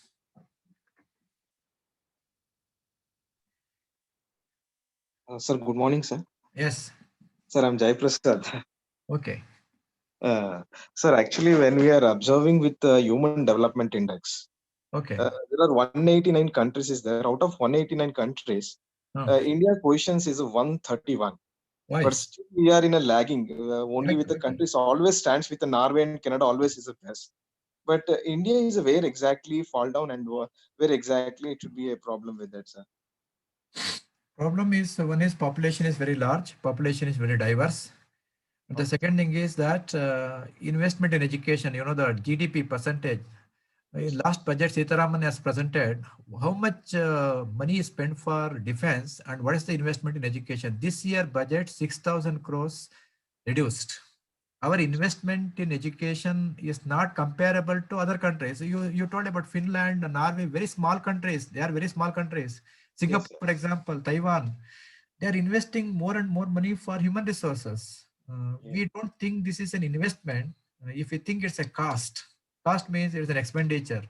It's not an expenditure, it's an investment which is going to bring return. This attitudinal changes should take place among the policy makers. It is not in our hands. We are teachers or college principals. It is not in our hands. Slowly, gradually, I told about the future skills program. Government has realized we have to do something extra. So I told you about the NASCOM and Ministry of IT. They joined together. Even Microsoft companies, some of the companies are also offering free programs, educating the manpower. Our strength is human resources. India's strength is human resources. If you want to compete with the world, we have to train our students. This is the answer. I think in the days to come, definitely will change and we improve our human development index in the world level. Okay. yes, sir. Definitely, sir. Question. Thank you, sir. Thank you, sir. Yes. Sir, good morning, sir. Yes, yes. Sir, Devraju, Kanakpura, sir. Okay. Institution ಈ private institution ಹೆಚ್ಚಿಗೆ commercialise ಆಗ್ತಾ ಇದೆ. ಹೌದು. ಮತ್ತೊಂದ್ ಕಡೆ ನೀವು ಅತಿಥಿ ಉಪನ್ಯಾಸಕರ ವೇತನ ಕಡಿಮೆ ಅಂತ ಹೇಳಿ ಅಬ್ಸರ್ವ್ ಮಾಡಿದೀವಿ. ಈ ಗವರ್ನಮೆಂಟ್ ಏನ್ ಸ್ಟೆಪ್ ತಕೊಂಡ್ರೆ ಸ್ವಲ್ಪ ಕ್ವಾಲಿಟಿ ಆಫ್ ಎಜುಕೇಶನ್ ಇಂಪ್ರೂವ್ ಮಾಡ್ಬೋದು ಅಂತ ನಿಮ್ಗೆ ಅನ್ಸಲ್ವಾ ಸರ್? ಖಂಡಿತ ಅನ್ಸುತ್ತೆ. ಗೌರ್ಮೆಂಟ್ ಏನ್ ಹೇಳ್ತಾ ಇದೆ ಗೊತ್ತಾ, ಗೌರ್ಮೆಂಟ್ ಆಟಿಟ್ಯೂಡ್ ಚೇಂಜ್ ಆಗಿದೆ. ಈಗ ವೆಲ್ಫೇರ್ ಸ್ಟೇಟ್ ಅಂತ ಮೊದ್ಲಿತ್ತು. ಮೊದ್ಲು ಎಜುಕೇಶನ್ ಅನ್ನ ಗೌರ್ಮೆಂಟ್ ಗುಡ್ ಅಂತ ಇತ್ತು, ಈಗ ಅದು ಪ್ರೈವೇಟ್ ಗುಡ್ ಆಗಿದೆ. ಅಂದ್ರೆ ಗೌರ್ಮೆಂಟ್ ವಾಪಸ್ ಇದಕ್ಕೆ ಹೋಗ್ತಾ ಇದೆ, ನಂದಲ್ಲ ಇದು ಅಂತ. ಈ ಕೊರೋನಾ ಬಂದಾಗ ಪ್ರಾರಂಭದಲ್ಲಿ ಏನ್ ಮಾಡ್ಬೇಕು ಕೆಲವು ಸಲ ಗೌರ್ಮೆಂಟ್ಗೆ ಎಕ್ಸ್ಪೆಂಡಿಚರ್ ಜಾಸ್ತಿ ಆಗಿ ಅವ್ರೇನ್ ಮಾಡ್ತಾರೆ, ಏಡ್ ಕೊಡಲ್ಲ, ಗ್ರಾಂಟ್ಸ್ ಏಡ್ ಕೊಡಲ್ಲ, ಅಪಾಯಿಂಟ್ಮೆಂಟ್ ಮಾಡಲ್ಲ. ನಮ್ಮ ಯೂನಿವರ್ಸಿಟಿಲನ್ನೇ ಎಷ್ಟು ವೇಕೆನ್ಸಿಗಳಿರ್ಬೋದು ನಮ್ಮಲ್ಲಿ ಹೇಳಿ? ನಮ್ಮಲ್ಲಿ ಮ್ಯಾಕ್ಸಿಮಮ್ ಸ್ಯಾಂಕ್ಷನ್ ಸ್ಟ್ರೆಂತ್ ಏನಿದೆ 30 to 40% ಅಷ್ಟೇ ಫೀಲ್ಡ್ ವೇಕೆನ್ಸಿ ಇರೋದು. ರಿಮೈನಿಂಗ್ 60% ವೇಕೆನ್ಸಿ ಇದೆ. 13 ವರ್ಷ ಆಯ್ತು ನಮ್ಮಲ್ಲಿ ಫಿಲಪ್ ಆಗಿ. ಈ ಗೌರ್ಮೆಂಟ್ ಕಾಲೇಜಲ್ಲಿ ಈಗ ಮೊನ್ನೆ ಫಿಲ್ ಅಪ್ ಮಾಡಿದ್ದಾರೆ. ಪ್ರೈವೇಟ್ ಕಾಲೇಜಲ್ಲಿ ನನಗನ್ಸೋ ಪ್ರಕಾರ ಮಂಡ್ಯ ಒಂದು ಕಾಲೇಜ್ ಫಿಲ್ ಆಗ್ತಾ ಇದೆ, PS college Mandya, because of the management. Private ಕಾಲೇಜಲ್ಲೂ ಫಿಲ್ ಆಗ್ತಾ. ಅಂದ್ರೆ ನೀವು ಯಾಕೆ ಹೊಣೆಗಾರಿಕೆ ಮಾಡ್ತೀರಿ? ಪ್ರೈವೇಟ್ ಕಾಲೇಜ್ ನೀವು ಸ್ಟಾರ್ಟ್ ಮಾಡಿದ್ರಿ, ನೀವು ಫೀಸ್ ಕಲೆಕ್ಟ್ ಮಾಡಿ, ನೀವು ಡೊನೇಷನ್ ಕಲೆಕ್ಟ್ ಮಾಡಿ ರನ್ ಮಾಡ್ಬೇಕು ಅಂದ್ರೆ ಸ್ಟೂಡೆಂಟ್ಸ್ ಅಟ್ರಾಕ್ಟ್ ಮಾಡ್ಬೇಕು. ಸ್ಟೂಡೆಂಟ್ಸ್ ಅಟ್ರಾಕ್ಟ್ ಮಾಡಿದ್ರೆ ಕ್ವಾಲಿಟಿ ಜಾಸ್ತಿ ಮಾಡ್ಬೇಕಾ? ಹೆಂಗ್ ರನ್ ಮಾಡ್ಬೇಕು? Quality education. ಸೊ ಇಲ್ಲಿ ಗವರ್ಮೆಂಟ್ ಏನ್ ಹೇಳುತ್ತೆ, ನೀವು ಗವರ್ಮೆಂಟ್ ಎಜುಕೇಶನ್ ಮಿನಿಸ್ಟರ್ ಹೇಳಿ ಅಥವಾ ಇದು ಕೇಳಿ, ಅವ್ರೇನ್ ಮಾಡ್ತಾ ಇದಾರೆ, they are not supporting higher education, they are only concentrating on primary education. ಅವ್ರು ಹೇಳ್ತಾರೆ ಪ್ರೈಮರಿ ಎಜುಕೇಶನ್ PUC ನಮ್ ಜವಾಬ್ದಾರಿ, ಹೈಯರ್ ಎಜುಕೇಶನ್ ನಿಮ್ದು ಅಂತಾರೆ. ಆ ತರ ಆಟಿಟ್ಯೂಡ್ ಚೇಂಜ್ ಆಗ್ತಾ ಇದೆ. ಈವನ್ ಫಾರಿನ್ ಕಂಟ್ರೀಸ್ ಗಳಲ್ಲಿ ಇದೇ ತರ ಇರೋದು. ಹೈಯರ್ ಎಜುಕೇಶನ್ ಬಿಕಮ್ಸ್ ಕಾಸ್ಟ್ಲಿ ಇನ್ ಫಾರಿನ್ ಕಂಟ್ರೀಸ್ ಅಲ್ಲಿ. ನಮ್ಮಲ್ಲಿ ಏನಾಗುತ್ತೆ ಅಂದ್ರೆ ಗವರ್ಮೆಂಟ್ ವಿಡ್ರಾ ಮಾಡ್ಕೊಂಡ್ರೆ ಹೈಯರ್ ಎಜುಕೇಶನ್ ಇಂದ ಪ್ರೈವೇಟ್ ಇನ್ಸ್ಟಿಟ್ಯೂಷನ್ಸ್ ಗಳು ರನ್ ಮಾಡ್ಬೇಕು ಅಂದ್ರೆ ಹೈಯರ್ ಫೀಸ್ ಚಾರ್ಜ್ ಮಾಡ್ಲೇಬೇಕು. ಆಗ ಯಾರ್ಗೆ ಹೈಯರ್ ಎಜುಕೇಶನ್ ಬೇಕು ಅವರು ಅಷ್ಟು ಫೀಸ್ ಕೊಟ್ಬಿಟ್ಟು ಹೋಗ್ಬೇಕಾಗುತ್ತೆ. ಗವರ್ಮೆಂಟ್ ಸ್ಕಾಲರ್ಶಿಪ್ಸ್ ಎಲ್ಲ ಕೊಡಬೇಕು. ಇದೊಂದು ರೀತಿ ಟ್ರಾನ್ಸಿಷನ್ ಪೀರಿಯಡ್ ಇದು. ಈಗ 10 ವರ್ಷದ ಹಿಂದೆ ಇದ್ದಂಗೆ ಎಜುಕೇಶನ್ ಇವತ್ತಿಲ್ಲ. Higher education institution next 10 years ಅಲ್ಲಿ ಏನಾಗುತ್ತೆ, ಚೇಂಜ್ ಆಗುತ್ತೆ. ಮತ್ತೆ ಈ ಡೈನಾಮಿಸಮ್ ಚೇಂಜ್ ಆಗ್ತಾ ಇದೆ. ಯಾರು ರೆಸ್ಪಾನ್ಸಿಬಲ್ ಇದಕ್ಕೆ? ಗೌರ್ಮೆಂಟ್ ಅಂತ ನಾವ್ ಹೇಳ್ತೀವಿ. ಗೌರ್ಮೆಂಟ್ ಅವ್ರು ಏನ್ ಹೇಳ್ತಾರೆ, ಫಿಸಿಕಲ್ ಡಿಫಿಸಿಟ್, ರೆವಿನ್ಯೂ ಇಲ್ಲ, ಸಾಲ ಮಾಡ್ತಾ ಇದೀವಿ ನಾವೇನೆ, ನಮ್ ಪ್ರಯಾರಿಟಿ ಏರಿಯಾನೇ ಬೇರೆ, higher education is not hour priority ಅಂತ ಅವ್ರು ಹೇಳ್ತಾರೆ. Next question Devaraj. I think ಸರಿ ಸರ್. ಅದೇ ಏನಾಗುತ್ತೆ ಅಂದ್ರೆ ನಾವಾಗ್ಲಿ ಸಮಸ್ಯೆಗೆ ಪರಿಹಾರ ಹುಡ್ಕೋದ್ ಕಷ್ಟ, ಬಟ್ ನಾವು only we can perceive what should be done ಅಂತ. ಹೌದೌದು sir. Devaraj, okay sir, thank you sir, thank you. I appreciate your feelings. No sir, we are working with temporary teachers. Definitely. They have earned more and they are earn very few ಈಗ amount. Private ಏನಾಗಿದೆ, government ನಮ್ಮ impose- university of ಮೈಸೂರಲ್ಲಿ 500 ಜನ 600 ಜನ temporary ಇದ್ದಾರೆ. ನಾವು ಅವ್ರಿಗೆ ಏನ್ ಮಾಡ್ತಾ ಇದೀವಿ, ಸ್ಯಾಲರಿ ಎಷ್ಟು ಕೊಡ್ತೇವೆ, UGC ನಾರ್ಮ್ಸ್ ಪ್ರಕಾರ 12 hours ಕೊಡಬೇಕು, 8 hours ಅಂತ ಹೇಳ್ತಾರೆ. 12 hours ಮ್ಯಾಕ್ಸಿಮಮ್ 25,000 ರೂಪಾಯಿ. Whether 20% is sufficient for a guest lecturer to lead a decent life in the society and life. ಈಗ ಒಂದು 5 ವರ್ಷ 6 ವರ್ಷ ನೀವು ಲೆಕ್ಚರ್ ಆಗಿ ಸೇರ್ಕೋತ ಅಂತ ತಕ್ಷಣ ಬೇರೆ ಕಡೆ ಹೋಗೋ ಕೆಲಸನೂ ಸಿಗಲ್ಲ. ಅಂದ್ರೆ ಹೈಯರ್ ಎಜುಕೇಶನ್ ಸೆಕ್ಟರ್ ಅಲ್ಲಿ ಇವತ್ತು ಏನಾಗಿದೆ ಅಂತ ಹೇಳಿದ್ರೆ, ಅನ್ಲೈಕ್ ಪ್ರೈವೇಟ್ ಸೆಕ್ಟರ್, ಬೇರೆ ಕಡೆ IT ಕಂಪ್ನಿಗಳಾಗ್ಬೋದು, ಮ್ಯಾನುಫ್ಯಾಕ್ಚರಿಂಗ್ ಕಂಪ್ನಿ ಆಗ್ಬೋದು, ಇಲ್ಲಿ ಪ್ರತಿ ವರ್ಷ ಗ್ರಾಜುಯೇಟ್ಸ್ ಆಡ್ ಆಗ್ತಾ ಇದ್ದಾರೆ. ನಾನು ಪಾಠ ಮಾಡಕ್ ಬರ್ತೀನಿ ಅಂತ ಬರ್ತಾರೆ. 10 ವರ್ಷ ಸರ್ವಿಸ್ ಆಗಿರೋನು ಈಗ ಬಂದಿರೋ ನಿಮ್ ಸ್ಟೂಡೆಂಟೇ ಟೀಚರ್ ಆಗಿ ಬರ್ತಾನೆ. ಹೌದೌದು ಸರ್. ಜಾಬ್ ಸೆಕ್ಯೂರಿಟಿ ಇಲ್ಲ. ಮೋಸ್ಟ್ ಆಫ್ ದೆಮ್ ನಮ್ಮ ಸ್ಟೂಡೆಂಟ್ಸ್ ಬರ್ತಾರೆ. ಮೋಸ್ಟ್ ಆಫ್ ಸ್ಟೂಡೆಂಟ್ಸ್ ನೀವು 25,000 ಎಲ್ಲೋ ತುಂಬಾ ಇನ್ಸ್ಟಿಟ್ಯೂಷನ್ ಅಲ್ಲಿ 25,000 ಇಲ್ಲ ಸರ್. ಹೌದೌದು, below 25,000. Below 25, correct, I agree with you. 12,000. Affiliation ಹೋದಾಗ ಹೇಳ್ತೇವೆ, ಅಫಿಲಿಯೇಷನ್ ಕೊಡ್ಬೇಕಾದ್ರೆ ನೀವು ಇಷ್ಟು ಫೀಸ್ ಕೊಡ್ಬೇಕು, ಇದು ಮಾಡ್ಬೇಕು ಅಂತ. ಮ್ಯಾನೇಜ್ಮೆಂಟ್ ಹೂ ಅಂತಾರೆ, ನಾವು ಮಾಡ್ತೀವಿ ಅಂತ ಹೇಳಿ ಕಂಡೀಷನ್ಸ್ ಹಾಕಿ ಬರ್ತೀವಿ, ಹೂ ಅಂತಾರೆ. ಕೊನೆಗೆ ಏನ್ ಹೇಳ್ತಾರೆ, ಕಷ್ಟ ಸರ್ ಹಾಗೆ ಹೀಗೆ ಅಂತ ಹೇಳ್ತಾರೆ. ಅಂದ್ರೆ ಮ್ಯಾನೇಜ್ಮೆಂಟ್ಗೆ ಕಾಸ್ಟ್ ಜಾಸ್ತಿ ಆಗಿ ರನ್ ಮಾಡಕ್ಕೂ ಆಗ್ತಾ ಇಲ್ಲ. ಈ ಕಡೆ ಟೀಚರ್ಸ್ ಗಳಿಗೆ ಒಳ್ಳೆ ಫೆಸಿಲಿಟೀಸ್ ಆಗ್ಲಿ ಇದು ಇಲ್ಲ. ಇದು ಹೈಯರ್ ಎಜುಕೇಶನ್ ಕ್ವಾಲಿಟಿ ಇಂಪ್ರೂವ್ಮೆಂಟ್ ಮಾಡ್ಲಿಕ್ಕೆ ಪ್ರಾಬ್ಲಮ್ ಆಗ್ತಾ ಇದೆ ಅಂತ ಪ್ರಾಬ್ಲಮ್ ಆಗಿದೆ. Okay sir, thank you sir. Thank you. Next.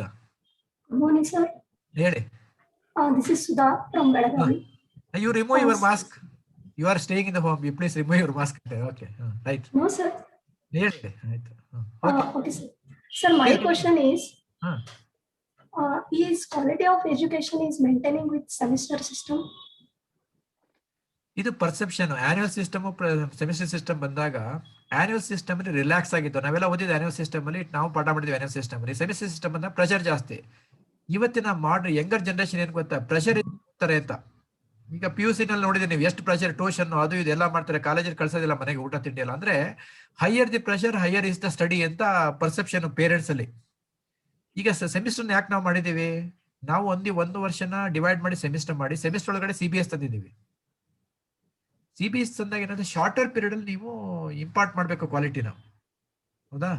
ಈಗ ಆನ್ಯುವಲ್ ಸಿಸ್ಟಮ್ ಸರಿನೋ ಇಲ್ಲ ಸೆಮಿಸ್ಟರ್ ಸಿಸ್ಟಮ್ ಸರಿನೋ?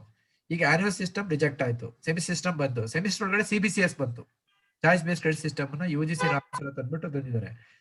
ಸಿಸ್ಟಮ್ ಬೆಟರ್ ತಪ್ಪು ಅನ್ನೋದಕ್ಕಿಂತ ನಾವು ಸಿಸ್ಟಮ್ ನ ಚೇಂಜ್ ಮಾಡಕ್ಕಾಗಲ್ಲ. ನಾನು ಒಂದು ಹೇಳ್ತೀನಿ, as a teacher I work in the system. Semi system ಅಲ್ಲಿ ನಾನು ವರ್ಕ್ ಮಾಡ್ತಾ ಇದ್ದೀನಿ. I cannot change the system. ಯಾರು ಚೇಂಜ್ ಮಾಡ್ಬೇಕು? University can change it. University cannot change it because university work under the UGC. UGC changes ಅವರು ಮಾಡಲ್ಲ. ಯಾಕೆ ಗೊತ್ತಾ? ನ್ಯೂ ಎಜುಕೇಶನ್ ಪಾಲಿಸಿ ಅಂತ ಬಂತು ಇವಾಗ. ಹೊಸ ಗವರ್ನಮೆಂಟ್ ಬಂದಾಗ ಏನ್ ಮಾಡ್ತಾರೆ, ಪಾಲಿಸಿಗಳನ್ನ ಚೇಂಜ್ ಮಾಡ್ತಾರೆ. ಅವ್ರು ಚೇಂಜ್ ಮಾಡೋದು ಅವ್ರ ಪ್ರಿರಾಗೇಟಿವ್. ಇವತ್ತು ಯಾವುದೇ ಪ್ರೆಸೆಂಟ್ ಗವರ್ಮೆಂಟ್ ಇರಲಿ, ನೀವು ಯಾಕೆ ಚೇಂಜ್ ಮಾಡ್ತೀರಿ ನೀವು ಹೇಳೋಂಗಿಲ್ಲ. Means as a teacher I work in the system, students work in the system. Means ನಮ್ಗೆ ಒಂದು ಕ್ಲಾಸ್ ರೂಮ್ ಅಂತಿದೆ, ಒಂದು ಸೆಮಿಸ್ಟರ್ ಅಂತಿದೆ, ಒಂದು ಕರಿಕ್ಯುಲಮ್ ಫ್ರೇಮ್ ವರ್ಕ್ ಇದೆ. ನಾವು ಅದನ್ನ ಚೇಂಜ್ ಮಾಡ್ತೀನಿ, ಅದು ಬೆಟರೋ ರಾಂಗು ಅಂತ ಹೇಳೋದ್ರ ಬದಲು ನಾವೇನ್ ಮಾಡ್ಬೇಕು, to accept the semester system and we try to work under the semi system and CBC system, and we provide maximum level of education quality to our students. Okay. Sir, students maximum marks oriented depend ಆಗಿದ್ದಾರೆ ಅಂತ. Correct. Marks oriented, percentage oriented ಎಲ್ಲ ಇದೆಯಲ್ಲ ಅದು. ಈಗ ಎಷ್ಟು maximum marks ಕೊಡ್ತಾರೆ? 100 ಕೊಡ್ತಾರೆ ಅಷ್ಟೇ. NET ನಲ್ಲಿ 625 ತೆಗೆದ, ಮ್ಯಾಟ್ IM ತೆಗೆದ್ರು, ಅದಕ್ಕೆ ಜಾಸ್ತಿ ತೆಗಿಯಕ್ಕಾಗಲ್ಲ ತಾನೆ. ಬಟ್ ಸ್ಟೂಡೆಂಟ್ಸ್ ಮಾರ್ಕ್ಸ್ ಒಂದು ಲೆವೆಲ್ಗೆ ಬೇಕು, ಆಮೇಲೆ ಮಾರ್ಕ್ಸ್ ಹೆಲ್ಪ್ ಆಗಲ್ಲ. ನಾಲೆಡ್ಜ್ ಸ್ಕಿಲ್ಸ್ ಹೆಲ್ಪ್ ಆಗುತ್ತೆ. ಯಾಕೆಂದ್ರೆ ನೀವು ಎಂಪ್ಲಾಯ್ಮೆಂಟ್ ಹೋದ್ಮೇಲೆ ಗೌರ್ಮೆಂಟ್ ಜಾಬ್ಸ್ ಇದ್ಮೇಲೆ ಕಷ್ಟ ಸಿಗಲ್ಲ. Government is withdrawing, government is privatising. ಇವತ್ತಿನ ಗೌರ್ಮೆಂಟ್ ಹೇಗಿದೆ ಪಾಲಿಸಿ ಅಂದ್ರೆ ಪ್ರೈವೇಟೈಸಿಂಗ್ ಎವ್ರಿಥಿಂಗ್. ಎಲ್ಲಾ private public sector undertakings privatise ಮಾಡ್ತಾ ಇದೆ. ಅಂಡ್ ಎಲ್ಲಾ ಏರ್ಪೋರ್ಟ್ ಗಳನ್ನ, ಇದನ್ನ ಪೋರ್ಟ್ ಗಳನ್ನ ಎಲ್ಲಾನು ಪ್ರೈವೇಟ್ ಕೊಡ್ತಾ ಇದಾರೆ. ಮುಂದೆ ಬರೋದು private sector. Private sector work ಮಾಡಬೇಕು ಅಂದ್ರೆ marks will not help. Means ಗ್ರಾಜುಯಲಿ hour students will realise marks will not help, only knowledge and skills will help ಅಂತ ರಿಯಲೈಸ್ ಆಗುತ್ತೆ ಮುಂದೆ. ಪೇರೆಂಟ್ಸ್ ಅವರೆಲ್ಲ ನಾವೇನ್ ಮಾಡ್ಬೇಕು, ಟೀಚರ್ಸ್ಗಳು ಮಾರ್ಕ್ಸ್ ತಗೊಂಡ್ರೆ ನೀವು ಇದಾಗ್ತೀರಿ ಅನ್ನೋದ್ರ ಬದಲು we have to tell our student that if you get knowledge or if you get skills then you survive ಅಂತ ನಾವು ಅವ್ರಿಗೆ ಹೇಳ್ಬೇಕು. That will, the change will take place. Okay, next. Sir, good morning, sir. Good morning. It was a very informative session, sir. I just have a doubt. Okay. Question, sir. Like add up to the participant who asked just now a question related to semester to annual scheme, sir. Sir, in our undergraduate system, we have 3 major system. Okay. Where students will come with 3 majors. Oh. So what's your opinion, like higher education can shift to 1 major so that we can improve the quality, or we have to retain the 3 major, because we can't focus in undergraduate level to an employability skill set. Okay. Since they have other subjects too. Okay. So I just You're want talking to about BA and BSc. It will not applicable to BCom. In BSc, PCM or in BA. Yes, sir. Yes, sir. Yes, sir. Especially now, I think I argue for multi-skill, composite skill. Specialization at the graduation level, focusing on only subject will not help the students to gain skills and knowledge on multiple subjects. For example, I told you about future skills. The idea of future skills is a student should have a composite skill, multi-skill. Multi-skill means suppose PCM, physics, chemistry, mathematics. If you have that knowledge, basic knowledge in degree level, for specialization, super specialization, you can get some diploma or later. If we focus only on one discipline, for example, physics, chemistry courses are available, students will be limited to that only. I think at graduate level, this specialization is not required. At the post-graduation level, okay, specialization is required. This is my argument, because students should have a composite knowledge, multidisciplinary knowledge at that level. Later on, you can pick one subject and go for some specialization. This is my argument. But courses are available in BA, economics, and BSc, mathematics, chemistry. Honors courses are also available. This is again the interest of the student to join to that course. If the student is okay with the BSc chemistry or BA economics, if he pursues, okay. Otherwise, for an average student, multidisciplinary is good for an average student. This is my view. Right. thank you, sir. Thank you. Thank you. Sir. Yes. Sir, 89 ಪುರದೇಗೌಡ ಅಂತ ತಿಪ್ಟೂರಿಂದ. Okay, please. Sir, annual system ಅಲ್ಲಿ ಏನಾಗಿತ್ತು ಅಂತಂದ್ರೆ, ಮಕ್ಳುಗಳು ಓದಂತ ಸಂದರ್ಭದಲ್ಲಿ ಈಗ ಕೆಲವು ವಿಚಾರಗಳು ಸಿಗ್ಲಿಲ್ಲ ಅಂತಂದ್ರೆ ಆ ಟೈಮ್ ಇರ್ತಿತ್ತು, ಎಕ್ಸಾಮಿನೇಷನ್ ಸ್ವಲ್ಪ ಲೇಟ್ ಆಗ್ತಾ ಇತ್ತು. ಬೇರೆ ಸೋರ್ಸ್ ಗಳನ್ನ ಹುಡುಕಿ ಅವರು ಪ್ರಿಪೇರ್ ಮಾಡ್ಕೊಂಡು ಆನ್ಸರ್ ಮಾಡ್ತಾ ಇದ್ರು. ಈ ಸೆಮಿಸ್ಟರ್ ಸ್ಕೀಮ್ ಬಂದಿದ್ದ ಏನಾಗಿದೆ ಅಂತಂದ್ರೆ, ಬರೀ ಎಕ್ಸಾಮಿನೇಷನ್ ಮಾತ್ರ ಸೀಮಿತ ಆಗ್ತಾ ಇದಾರೆ. ಅವ್ರಿಗೆ ಏನು ಎಲ್ಲಾರು ಒಂದ್ ಅಂಗಡಿಲಿ ಜೆರಾಕ್ಸ್ ಅಂಗಡಿ ನೋಟ್ ಸಿಗುತ್ತೆ ಅಂದ್ರೆ ಸಾಕು, ಅಲ್ಲಿ ಹೋಗೋದು ಜೆರಾಕ್ಸ್ ಮಾಡ್ಕೊಂಡು ಬರೋದು, ಆ ಸಂದರ್ಭಕ್ಕೆ ಮಾತ್ರ ಓದಿ ಅವ್ರು ಎಕ್ಸಾಮಿನೇಷನ್ ಬರೋದು ಪಾಸ್ ಆಗ್ತಾ ಇದ್ದಾರೆ. ಆ ಸಂದರ್ಭಕ್ಕೆ ಈಗ ಹೊಂದ್ಕೆ ಅಂತ ಇದಾರೆ. ಅದಕ್ಕೆ ಅದ್ರಲ್ಲಿ ಏನಾಗಿದೆ, ಮಾಸ್ಟರ್ಗಳು ಕೂಡ ಅದಕ್ಕೇನೆ ಅಡಾಪ್ಟ್ ಆಗ್ತಾ ಇದಾರೋ ಅಂತ ಎಲ್ಲೋ ಒಂದ್ ಕಡೆ ಅನಿಸ್ತಾ ಇದೆ ಅನ್ಸುತ್ತೆ ನನಗೆ. ಗ್ಯಾರಂಟಿ. ಈಗ ನಿಮ್ ಪರ್ಸೆಪ್ಷನ್ ಏನಿಸುತ್ತೆ ಆಸ್ ಅ ಟೀಚರ್, ನಮ್ಗೆ ಟೈಮ್ ಇಲ್ಲ, ಮಕ್ಳಿಗೂ ಟೈಮ್ ಇಲ್ಲ. ಈಗ ಆತರ ಗಳು ಜಾಸ್ತಿ, ಮೊಬೈಲು, ಇಂಟರ್ನೆಟ್ ಅವೆಲ್ಲ ಬಂದ್ಬಿಟ್ಟಿದೆ. ನಾವು ಓದುವಾಗ ಅವೆಲ್ಲ ಇರ್ಲಿಲ್ಲ, ಅಷ್ಟೊಂದು ಡಿಸ್ಟ್ರಾಕ್ಷನ್ ಇರ್ಲಿಲ್ಲ. ಈಗ ಡಿಸ್ಟ್ರಾಕ್ಷನ್ ಗಳು ಜಾಸ್ತಿ ಇದೆ ಮಕ್ಳಿಗೆ, ಫೋಕಸ್ ಕಡಿಮೆ ಆಗ್ತಾ ಇದೆ. ಬೇಸಿಕ್ ಸ್ಕಿಲ್ಸ್ ಮಕ್ಕಳಲ್ಲಿ ಇಲ್ಲ. ಈಗ ಬಿ.ಕಾಮ್ ಮಾಡಿರ್ತಾರೆ, ಯಾವ್ದಾರ ಒಂದು ಸಬ್ಜೆಕ್ಟ್ ಅಲ್ಲಿ ನೋಡಿ, ಎಕನಾಮಿಕ್ಸ್, ಕಾಮರ್ಸ್, ಅಕೌಂಟಿಂಗ್, ಮ್ಯಾಥಮೆಟಿಕ್ಸ್ ಎಲ್ಲ ಬೇಸಿಕ್ ಸ್ಕಿಲ್ಸೇ ಇಲ್ಲ. ಎಕ್ಸಾಮ್ ಪಾಸ್ ಮಾಡ್ತಾರೆ, ಪರ್ಸೆಂಟೇಜ್ ತೆಗೆದಿರ್ತಾರೆ. ಈಗ ನಾನು ಎಂ.ಕಾಮ್ ಪಾಠ ಮಾಡ್ತೀನಿ, ಅಕೌಂಟಿಂಗ್ ಥಿಯರಿ ಅಂತ ಫಸ್ಟ್ ಎಂ.ಕಾಮ್ಗೆ ಫಸ್ಟ್ ಪಾಠ ಮಾಡಿದಾಗ ಡೆಬಿಟ್ ಕ್ರೆಡಿಟ್ ಬಗ್ಗೆ ಕ್ವಶನ್ ಕೇಳ್ತೀನಿ, ಡಿಪ್ರಿಸಿಯೇಷನ್ ಅಂದ್ರೆ ಕೇಳ್ತೀನಿ. ಬೇಸಿಕ್ ಸ್ಕಿಲ್ಸ್ ಅವೇರ್ನೆಸ್ ಇಲ್ಲ, ಮಾರ್ಕ್ಸ್ ಸ್ಕೋರ್ ಮಾಡಿ ಪಾಸ್ ಮಾಡಿರ್ತಾರೆ. ಆ ತರದ್ದು ಇದು ಬೇಸಿಕ್ಸ್ ತಿಳ್ಕೋಬೇಕು, ಆ ಒಂದು ಪ್ರೂವಿಂಗ್ ನೇಚರ್ ಬೇಕು ಅನ್ನೋದು ಸ್ಟೂಡೆಂಟ್ಸ್ ಅಲ್ಲಿ ಇಂಟ್ರೆಸ್ಟ್ ಕಡಿಮೆ ಆಗ್ತಾ ಇದೆ. ಇದಕ್ಕೆ ಯಾರು ಬ್ಲೇಮ್ ಮಾಡಬೇಕು? ಸ್ಟೂಡೆಂಟ್ಸ್ ಬ್ಲೇಮ್ ಮಾಡಬೇಕು, ಸಿಸ್ಟಮ್ ಬ್ಲೇಮ್ ಮಾಡಬೇಕು, ಟೀಚರ್ ಬ್ಲೇಮ್ ಮಾಡಬೇಕು, ಪೇರೆಂಟ್ಸ್ ಮಾಡಬೇಕು? ಸಿಸ್ಟಮ್. ಸರ್ ನಮಸ್ತೆ ಸರ್, ನಾನು ರಾಜೇಶ್ವರಿ. ಹೇಳಿ ಸರ್, ಸ್ಟೂಡೆಂಟ್ಸ್ ಮಾರ್ಕ್ಸ್ ಓರಿಯೆಂಟೆಡ್ ಆಗುವುದಕ್ಕೆ ಈಗಿನ ಸಿಚುವೇಶನ್ ಕೂಡ ಕಾರಣ ಅಂತ ನಾನು ಭಾವಿಸ್ತೇನೆ. ಯಾಕೆಂದ್ರೆ ಅನೇಕ ಯೂನಿವರ್ಸಿಟಿಗಳು ಅದು ಕ್ವಾಲಿಟಿ ಮೇಂಟೈನ್ ಮಾಡ್ತಾ ಇದೆ. ಮತ್ತೆ ಇಂಟರ್ವ್ಯೂ ಅಲ್ಲಿ ಕೂಡ ಸರ್, ಯಾವ ಯೂನಿವರ್ಸಿಟಿ ಕ್ವಾಲಿಟಿ ಮೇಂಟೈನ್ ಮಾಡ್ತದ ಮತ್ತು ಈ ಪರ್ಸೆಂಟೇಜ್ ಲೆವೆಲ್ ಅನ್ನ ಒಂದೇ ತರ ಇಲ್ಲ ಎಲ್ಲ ಯೂನಿವರ್ಸಿಟಿಗಳಲ್ಲಿ ಕೂಡ. ಕೆಲವು ಯೂನಿವರ್ಸಿಟಿಯಲ್ಲಿ 90 ಕೊಟ್ರೆ, ಕೆಲವು ಯೂನಿವರ್ಸಿಟಿಯಲ್ಲಿ ಹೈಯೆಸ್ಟ್ ರ್ಯಾಂಕ್ ಸ್ಟೂಡೆಂಟ್ಸ್ 70 ಅಷ್ಟೇ ಇದೆ. ಅವರು ಇದು ಗವರ್ಮೆಂಟ್ ಇದು ಮಾಡ್ಲಿಕ್ಕೆ ಆಗುವಾಗ ಕಾಂಪೀಟ್ ಮಾಡ್ಲಿಕ್ಕೆ ಸಾಧ್ಯನೇ ಇಲ್ಲ ಸರ್. ಹಾಗಾಗಿ ಕ್ವಾಲಿಟಿ ಇಲ್ಲದಂತಹ ಲೆಕ್ಚರ್ಸ್ ಬರುವಂತಹ ಸಾಧ್ಯತೆ ತುಂಬಾ ಇದೆ ಯೂನಿವರ್ಸಿಟಿಗಳಲ್ಲಿ. ಹಾಗಾಗಿ ಸ್ಟೂಡೆಂಟ್ಸ್ ಕೂಡ ಹೆಚ್ಚಾಗಿ ಮಾರ್ಕ್ಸ್ ಓರಿಯೆಂಟೆಡ್ ಆಗಿ ಆಗ್ತಾರೆ ಅಂತ. ಅಂದ್ರೆ ನೀವ್ ಹೇಳ್ತಾ diversity evaluation system, marks awarding system, ಕೆಲವು ಕಾಲೇಜಸ್ ಗಳು ಕ್ವಾಲಿಟಿ ಇಲ್ಲದ್ರು ಮಾರ್ಕ್ಸ್ ಕೊಡ್ತಾ ಇದ್ದಾರೆ ಅಂತ. ಇದಕ್ಕೆ ಒಂದೇ ರೀತಿಯ ಇದಿರ್ಬೇಕು ಸರ್, ಹೈಯೆಸ್ಟ್ ಇಷ್ಟೇ ಕೊಡಬೇಕು ಅಂತ ಹೇಳುವ ರೀತಿ. ಅದಕ್ಕೆ ರೆಮಿಡಿ ಎರಡು ಸೋರ್ಸ್ ಇದೆ. ಒಂದು ನಾರ್ಮಲೈಸೇಷನ್ ಮತ್ತೆ ರ್ಯಾಷನಲೈಸೇಷನ್ ಅಂತ ಕರಿತೀವಿ. ನಾರ್ಮಲೈಸೇಷನ್ ಸ್ಕೋರ್ ಅಂತ ಹೇಳಿದ್ರೆ ಹೈಯೆಸ್ಟ್ ಮತ್ತೆ ಲೋಯೆಸ್ಟ್ ತೆಗೆದುಕೊಂಡು ನೀಟಲ್ಲೆಲ್ಲ ಮಾಡ್ತಾರೆ. ಅದ ನಾರ್ಮಲೈಸೇಷನ್ ಪರ್ಸೆಂಟೇಜ್ ಸ್ಕೋರ್ ಅಂತ ಹೇಳಿ IIM ಅಡ್ಮಿಷನ್ ಎಲ್ಲ ಮಾಡ್ತಾರೆ. ಬಟ್ ಈಗ ಏನಾಗಿದೆ, government universities R autonomous colleges are also autonomous. Autonomous ಅಂದ್ರೆ ಏನು? ನಿಮ್ ಫ್ರೀಡಮ್ ಕೊಟ್ಟಿದೀವಿ ಅಂತ. ಫ್ರೀಡಮ್ ಯಾಕೆ ಕೊಟ್ಟಿದ್ದೀವಿ? ನೀವು ಕರಿಕ್ಯುಲಮ್ ಡಿಸೈನ್ ಮಾಡಿ, ಎಜುಕೇಶನ್ ಡೆಲಿವರಿ, ಕ್ವಾಲಿಟಿ ಮೇಂಟೈನ್ ಮಾಡಿ ಅಂತ. ಬಟ್ ಆದ್ರೆ ಆ ಕಾಲೇಜ್ಗಳು ರೆಪ್ಯುಟೇಷನ್ ಅನ್ನ ಮೇಂಟೈನ್ ಮಾಡಬೇಕು, ಪರ್ಸೀವ್ಡ್ ಕ್ವಾಲಿಟಿ ಮಾಡ್ಬೇಕು ಅಂದಾಗ ನೀವ್ ಹೇಳ್ದಾಗೆ ಕ್ವಾಲಿಟಿ ಇಲ್ಲದೆ ಇದ್ರು ಮಾರ್ಕ್ಸ್ ಅನ್ನ ಕೊಡ್ತಾ ಇದಾರೆ. They are rush for giving marks. ಈಗ ಒಂದ್ ಕಡೆ ಎರಡು ತರ ಇನ್ಸ್ಟಿಟ್ಯೂಷನ್ಸ್ ಕೊಡು. ಒಂದ್ ಕಡೆ ಸ್ಟ್ರಿಕ್ಟ್ ಆಗಿ ಇವ್ಯಾಲ್ಯೂಯೇಟ್ ಮಾಡಿ ಕಡಿಮೆ ಮಾರ್ಕ್ಸ್ ಕೊಡೋದು, ಅಂತ ಸ್ಟೂಡೆಂಟ್ಸ್ಗೆ ಕೆಲಸ ಸಿಗಲ್ಲ, ಕಾಂಪೀಟ್ ಮಾಡಕ್ ಆಗಲ್ಲ. ಇನ್ನೊಂದ್ ಕಡೆನಲ್ಲಿ ಕ್ವಾಲಿಟಿ ಇಲ್ಲದೆ ಇದ್ರು ಮಾರ್ಕ್ಸ್ ಸಿಗುತ್ತೆ, ಕಾಂಪೀಟ್ ಮಾಡ್ತಾರೆ. ಈ ಎರಡು ಡೈವರ್ಸಿಟಿ ಇದೆ. ಇದನ್ನ ಡೈವರ್ಸಿಟಿ ಹೆಂಗ್ ಹೋಗ್ಸೋದು? ಅದಕ್ಕೆ ಕರ್ನಾಟಕ ಏನ್ ಮಾಡ್ತು, ಕರ್ನಾಟಕದಲ್ಲಿ ಒಂದು ಹೈಯರ್ ಎಜುಕೇಶನ್ ಕೌನ್ಸಿಲ್ ಅಂತ ಸ್ಟಾರ್ಟ್ ಮಾಡ್ತು. ಯೂನಿವರ್ಸಿಟೀಸ್ ಗಳನ್ನೆಲ್ಲ ಅಪೆಕ್ಸ್ ಬಾಡಿ ಇದ್ದಂಗೆ ಆ university higher education council policies ಗಳನ್ನ ಮಾಡ್ಬೇಕು ಅಂತ ಅವ್ರೇನ್ ಮಾಡಿದ್ರು, ಕಾಮನ್ ಕರಿಕ್ಯುಲಮ್ ಮಾಡ್ಬೇಕು, ಕಾಮನ್ ಎಕ್ಸಾಮಿನೇಷನ್ ಮಾಡ್ಬೇಕು, ಕಾಮನ್ ಸ್ಟ್ಯಾಚ್ಯೂಟ್ ಮಾಡ್ಬೇಕು ಅಂತೆಲ್ಲ ಟ್ರೈ ಮಾಡಿದ್ರು. ಇದೇನಾಯ್ತು, ಒಂದ್ ರೀತಿ ಕಾಂಟ್ರಡಿಕ್ಷನ್ ಆಯ್ತು. ಒಂದ್ ಕಡೆ ಯೂನಿವರ್ಸಿಟೀಸ್ ಗಳು ಅಟಾನಮಸ್ ಅಂತ ಹೇಳ್ತಾರೆ, ಇನ್ನೊಂದ್ ಕಡೆ ಏನ್ ಹೇಳ್ತಾರೆ ಕಾಮನ್ ಸಿಲೆಬಸ್ ಬೇಕು ಅಂತ ಇದ್ರೆ. ಈ ತರದ್ದು ಒಂದ್ ರೀತಿ ಕನ್ಫ್ಯೂಷನ್ ಇವತ್ತು ಟ್ರಾನ್ಸಿಷನ್ ಪೀರಿಯಡ್ ಅಲ್ಲಿ ಆಗ್ತಾ ಇದೆ ಹೈಯರ್ ಎಜುಕೇಶನ್ ಸಿಸ್ಟಮ್ ಅಲ್ಲಿ. ಇನ್ನೊಂದು ಈಗ ಪರ್ಸೆಂಟೇಜ್ ಇಷ್ಟೇ ಕೊಡಬೇಕು ಅನ್ನುವಂತಹ ಮಾಡಬೇಕು ಅನ್ನುವಂಥದ್ದು ಯಾರು ಮಾಡ್ಬೇಕು? ಇನ್ನೊಂದು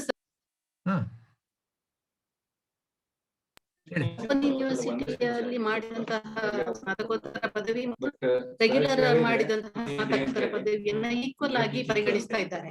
ಎಷ್ಟೋ ಜನ ಆ ನೋಟ್ಸ್ ಅನ್ನು ಕೂಡ ಓದಲ್ಲ. ನಾನೇ ಹೆಚ್ಚು ನೋಡಿದ್ದೇನೆ. ಯೂನಿವರ್ಸಿಟಿಯಿಂದ ಕಾಂಟ್ಯಾಕ್ಟ್ ಕ್ಲಾಸ್ಗೆ ಹೋಗುವಾಗ ಕೂಡ ಪ್ರೊವೈಡ್ ಮಾಡಿದಂತಹ ನೋಟ್ಸ್ ಅನ್ನು ನೀವು correspondence course, regular course, online course ಬರುತ್ತೆ. ಈಗ ಆನ್ಲೈನ್ ಕೋರ್ಸ್ ಸೇಮ್ ಅಂತ ಆನ್ಲೈನ್ ಕೋರ್ಸ್ ಇದೆ. ಅವ್ರು ಏನ್ ಹೇಳ್ತಾರೆ ಗೊತ್ತಾ, ಗವರ್ಮೆಂಟ್ ಏನ್ ಹೇಳ್ತಾರೆ, ಎಜುಕೇಶನ್ ಡೆಲಿವರಿ ಹೆಂಗಿದೆ, ನೀವು ರೆಗ್ಯುಲರ್ ಕೋರ್ಸ್ ಅಲ್ಲಿ, ಕರೆಸ್ಪಾಂಡೆನ್ಸ್ ಕೋರ್ಸ್ ನಾವು ಮಾಡ್ತೀವಿ, ಆನ್ಲೈನ್ ಕೋರ್ಸ್ ಮಾಡ್ತೀವಿ, ಮೂರು ಒಂದೇ ಅಂತ ಅವ್ರು ಹೇಳ್ತಾರೆ. ಎಜುಕೇಶನ್ ಡೆಲಿವರಿ ಡಿಫ್ರೆಂಟ್ ಅಷ್ಟೇ. ನೀವು ಯಾವ ತರ ಡೆಲಿವರಿ ಮಾಡ್ತಾ ಇದ್ದೀರಿ? ಕ್ಲಾಸ್ ರೂಮ್ ಅಲ್ಲಿ ಪಾಠ ಮಾಡೋದ್ರ ಬದಲು ಆನ್ಲೈನ್ ಅಲ್ಲಿ ಮಾಡ್ತಾ ಇದ್ದೀರಿ. ಈಗ ಪ್ಯಾಂಡಮಿಕ್ ಆನ್ಲೈನ್ ಅಲ್ಲಿ ಮಾಡಿದ್ರಿ ಕ್ಲಾಸ್ನ, ಈಗ ಕ್ಲಾಸ್ ರೂಮ್ ಮಾಡ್ತಾ ಇದೀವಿ. ಇದು ಆರ್ಗ್ಯುಮೆಂಟ್ ಅದ ಅವ್ರದ್ದು. ನಮ್ದು ಕ್ವಾಲಿಟಿ ಇಲ್ಲ ಅಂತ ನೀವ್ ಹೆಂಗ್ ಹೇಳ್ತೀರಿ? ಕರೆಸ್ಪಾಂಡೆನ್ಸ್ ಯಾಕೆ ಇಲ್ಲ ಅಂತ ಹೇಳ್ತೀರಿ? ಅಂದ್ರೆ ಕರೆಸ್ಪಾಂಡೆನ್ಸ್ ಪ್ರೊವೈಡ್ ಮಾಡುವಂತ ಕೋರ್ಸ್ ಮಾಡುವಂತ ಯೂನಿವರ್ಸಿಟಿಗಳು ಅಕೌಂಟಬಿಲಿಟಿ ಸೊಸೈಟಿ ಇದೆ. Accountability society, they must provide. ನೀವು ಕಾಂಟ್ಯಾಕ್ಟ್ ಕ್ಲಾಸಸ್ ಹೇಳಿದ್ರಿ, ನೋಟ್ಸ್ ಅನ್ನ ಹೇಳಿದ್ರಿ, ಎಕ್ಸಾಮ್ ಹೆಂಗ್ ಮಾಡ್ತಾರೆ ಅಂತ ಹೇಳಿದ್ರಿ, ಅವರು ಆ ಸ್ಟ್ಯಾಂಡರ್ಡ್ಸ್ ಅನ್ನ ಮೇಂಟೈನ್ ಮಾಡ್ಬೇಕು. ಅದಕ್ಕೆ ಯಾರು ರೆಗ್ಯುಲೇಟರ್? UGC ಹೇಳ್ಬೇಕಾ ಅಥವಾ ಕರ್ನಾಟಕ ಹೈಯರ್ ಎಜುಕೇಶನ್ ಕೌನ್ಸಿಲ್ ಹೇಳ್ಬೇಕಾ? ರೆಗ್ಯುಲೇಟರ್ಸ್ಗಳು ಅವರು, ಹೈಯರ್ ಎಜುಕೇಶನ್ ರೆಗ್ಯುಲೇಟರ್ಸ್ಗಳು. ಅಲ್ಲ ಸರ್, ಇದು ಸ್ಟ್ಯಾಂಡರ್ಡ್ ಇಲ್ಲ ಅಂತಲ್ಲ, ಹೇಳಿ.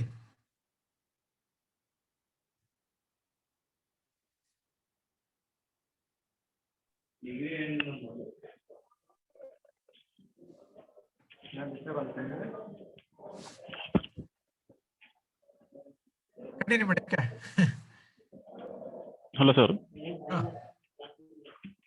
ಸರ್, ಈಗ ನೀವು ಸೆಮಿಸ್ಟರ್ ಸ್ಕೀಮಿಗೆ ಅಡಾಪ್ಟ್ ಆಗಬೇಕು ಅಂತ ಹೇಳಿದ್ರೆ ಅದು ಒಳ್ಳೆಯದು ಸರ್, ಚೇಂಜ್ ಮಾಡೋದಕ್ಕಾಗಲ್ಲ. But quality of higher education ಈಗ ನಮ್ಮ BOS ಸಿಸ್ಟಮ್ ಇಂದ ಕೂಡ ಹಾಳಾಗ್ತಿದೆ ಅಂತ ನನ್ನ ಅಭಿಪ್ರಾಯ. ಸಿಲೆಬಸ್ ಫ್ರೈ ಮಾಡ್ಬೇಕಾದ್ರೆ ಏನ್ ಮಾಡ್ತಾರೆ ಅಂದ್ರೆ, ಈಗ ಒಂದು concept especially related to science ಅಲ್ಲಿ ಥಿಯರಿನ ಅದನ್ನ ಫಸ್ಟ್ ಸೆಮ್ ಅಲ್ಲಿ ಇಟ್ಟಿರ್ತಾರೆ, ಅದ್ರ ಪ್ರಾಕ್ಟಿಕಲ್ ತಗೊಂಡೋಗಿ ಯಾವಾಗೋ ಒಂದು 5th ಸೆಮಿಸ್ಟರ್ ಅಲ್ಲಿ ಇಟ್ಟಿರ್ತಾರೆ. ಕರೆಕ್ಟ್, ನೀವು ಹೇಳಿದ ಅರ್ಥ ಆಯ್ತು ನನಗೆ. BOS ಯಾರ್ದು? BOS ಅಲ್ಲಿ ಯಾರು ಇರ್ತಾರೆ ಗೊತ್ತಾ? ಅಡ್ಮಿನಿಸ್ಟ್ರೇಟರ್ಸ್ ಇರಲ್ಲ, ಬರೀ ಟೀಚರ್ಸ್ ಇರೋದು, ಪ್ರೊಫೆಸರ್ಸ್. ಹೌದಲ್ಲ ಸರ್? ಡಿಗ್ರಿ ಕಾಲೇಜು ಮತ್ತೆ ಯೂನಿವರ್ಸಿಟಿ. ನೀವು ಹೇಳಿದ ಪಾಯಿಂಟ್ ಅರ್ಥ ಆಯ್ತು ನನಗೆ. ಸಿಲೆಬಸ್ ಮಾಡ್ಬೇಕಾದ್ರೆ, ಸಿಲೆಬಸ್ ರಿವಿಷನ್ ಮಾಡ್ಬೇಕಾದ್ರೆ it is a responsibility of the BOS. BOS is body, academic body. ಅಂದ್ರೆ ಅಡ್ಮಿನಿಸ್ಟ್ರೇಟರ್ಸ್ ಯಾರು ಇರಲ್ಲ ಅಲ್ಲಿ, ಪ್ರೊಫೆಸರ್ಸ್ ಗಳಿರೋದು. ಹೌದು. ನಾವು ಟೀಚರ್ಸ್ ಗಳು BOS ಮೀಟಿಂಗ್ ಅಲ್ಲಿ ರಿವಿಷನ್ ಮಾಡ್ಬೇಕಾದ್ರೆ ನಾವ್ ಯಾಕೆ ಅದನ್ನ ಸರಿ ಮಾಡಲ್ಲ? ಹೌದು ಸರ್, ಅದನ್ನೇ ದಟ್ಸ್ ಮೈ ಕ್ವೆಶ್ಚನ್. ಮಾಡ್ಬೇಕಾದ್ರೆ ಯಾಕೆ ಮಾಡಲ್ಲ ನಾವು? ಇದು it is the collective responsibility of the teachers. BOE meeting ಅಲ್ಲಿ ಕೆಲಸ ಕ್ವಶನ್ಗಳು ರಿಪೀಟ್ ಬರುತ್ತೆ, ಕೆಲವು ಕಡೆ ಸೇಮ್ ಕ್ವಶನ್ ಪೇಪರ್ ಬಂದ್ಬಿಡುತ್ತೆ, ನೀವು ನೋಡಿರ್ಬೋದು. ಅಥವಾ BOS ಅಲ್ಲಿ ಸಿಲೆಬಸ್ ಡಿಸ್ಟ್ರಾಕ್ಷನ್ ಇರುತ್ತೆ. ಕರ್ನಾಟಕ ಯೂನಿವರ್ಸಿಟೀಸ್ ಆಕ್ಟ್ ಏನ್ ಹೇಳುತ್ತೆ ಅಂದ್ರೆ, ಕರ್ನಾಟಕ ಯೂನಿವರ್ಸಿಟೀಸ್ ಆಕ್ಟ್ ಅಲ್ಲಿ 2 ಪಾರ್ಟ್ ಇದೆ. ಒಂದು ಅಡ್ಮಿನಿಸ್ಟ್ರೇಷನ್ ಪಾರ್ಟ್, ಇನ್ನೊಂದು academic part. Academic part purely teachers, ಅಲ್ಲಿ ಫ್ರೀಡಮ್ ಇದೆ, ಯಾರು ಇಂಟರ್ಫಿಯರ್ ಆಗಲ್ಲ. BOS ಅಲ್ಲಿ ಆಗ್ಬೋದು, ಫ್ಯಾಕಲ್ಟಿ ಮೀಟಿಂಗ್ ಅಲ್ಲಿ ಆಗ್ಬೋದು, ಅಕಾಡೆಮಿಕ್ ಕೌನ್ಸಿಲ್ ಆಗ್ಬೋದು. ಅದು ಅಕಾಡೆಮಿಕ್. ಇದು ಯಾರು BOS ಮೆಂಬರ್ ಆಗಿರ್ತಾರೆ, ಚೇರ್ಮನ್ ಆಗಿರ್ತಾರೆ, ಅವ್ರು ವರ್ಕ್ಶಾಪ್ಸ್ ಅನ್ನ ಮಾಡಿ ಅವ್ರ ಏನ್ ಮಾಡ್ಬೇಕು ಅಂತ ಹೇಳಿದ್ರೆ ಸಿಲೆಬಸ್ ಅನ್ನ ಕರೆಕ್ಟ್ ಆಗಿ ಸೆಟ್ ಮಾಡ್ಬೇಕು. ನೀವ್ ಹೇಳಿದಂತ ಡಿಸ್ಟ್ರಾಕ್ಷನ್ ಇದೆ, ಪ್ರತಿಯೊಂದು ಕೋರ್ಸ್ ಗಳಲ್ಲಿ ಇದೆ, ಪ್ರತಿಯೊಂದು ಸಬ್ಜೆಕ್ಟ್ ಅಲ್ಲಿ ಇದೆ. ಅದನ್ನ ಯಾರು ಮಾಡ್ಬೇಕು? BOS ಮೆಂಬರ್ ಆಗಿರೋರು. ನೀವು ಅವ್ರ ಗಮನಕ್ಕೆ ತರಬೇಕು, ಅವ್ರ ಮೀಟಿಂಗ್ ಅಲ್ಲಿ ಅದನ್ನ ತಗೋಬೇಕು, ಅದನ್ನ ಸರಿಪಡಿಸ್ಬೇಕು. ನೀವು ಟೀಚರ್ ಏನ್ ಮಾಡ್ಬೇಕು? ಹೇಳ್ಬೇಕು, ಈ ತರ ಹಿಂಗಿದೆ, ಸರಿಪಡಿಸಿ ಅಂತ. ಅದನ್ನ ಅವ್ರು BOS ಅಲ್ಲಿ ರೆಸೊಲ್ಯೂಷನ್ ಪಾಸ್ ಮಾಡಿ ಫ್ಯಾಕಲ್ಟಿ ಮತ್ತೆ ಅಕಾಡೆಮಿಕ್ ಕೌನ್ಸಿಲ್ ಅಪ್ರೂವ್ ಆದ್ರೆ ಮುಗೀತು. ಇದು ಫುಲ್ ಅಟಾನಮಿ ಟೀಚರ್ಸ್ಗೆ. ಈ ತರ ಅಟಾನಮಿ ಯಾರಿಗೂ ಇಲ್ಲ. BOS ಅಕಾಡೆಮಿಕ್ ಕೌನ್ಸಿಲ್ ಇರೋ ಅಟಾನಮಿ ಟೀಚರ್ಸ್ ಗಳಿಗೆ, ಅವರೇ ಮೆಂಬರ್ಸ್ಗಳು, ಅವ್ರು ಏನ್ ಬೇಕಾದ್ರೂ ಡಿಸೈಡ್ ಮಾಡ್ಬೋದು ಇನ್ ಇಂಟ್ರೆಸ್ಟ್ ಆಫ್ ದಿ ಸ್ಟೂಡೆಂಟ್ಸ್. ಈ ತರದ ಡಿಸ್ಟ್ರಾಕ್ಷನ್ BOE ನಲ್ಲೂ ಇದೆ, BOS ಅಲ್ಲೂ ಇದೆ.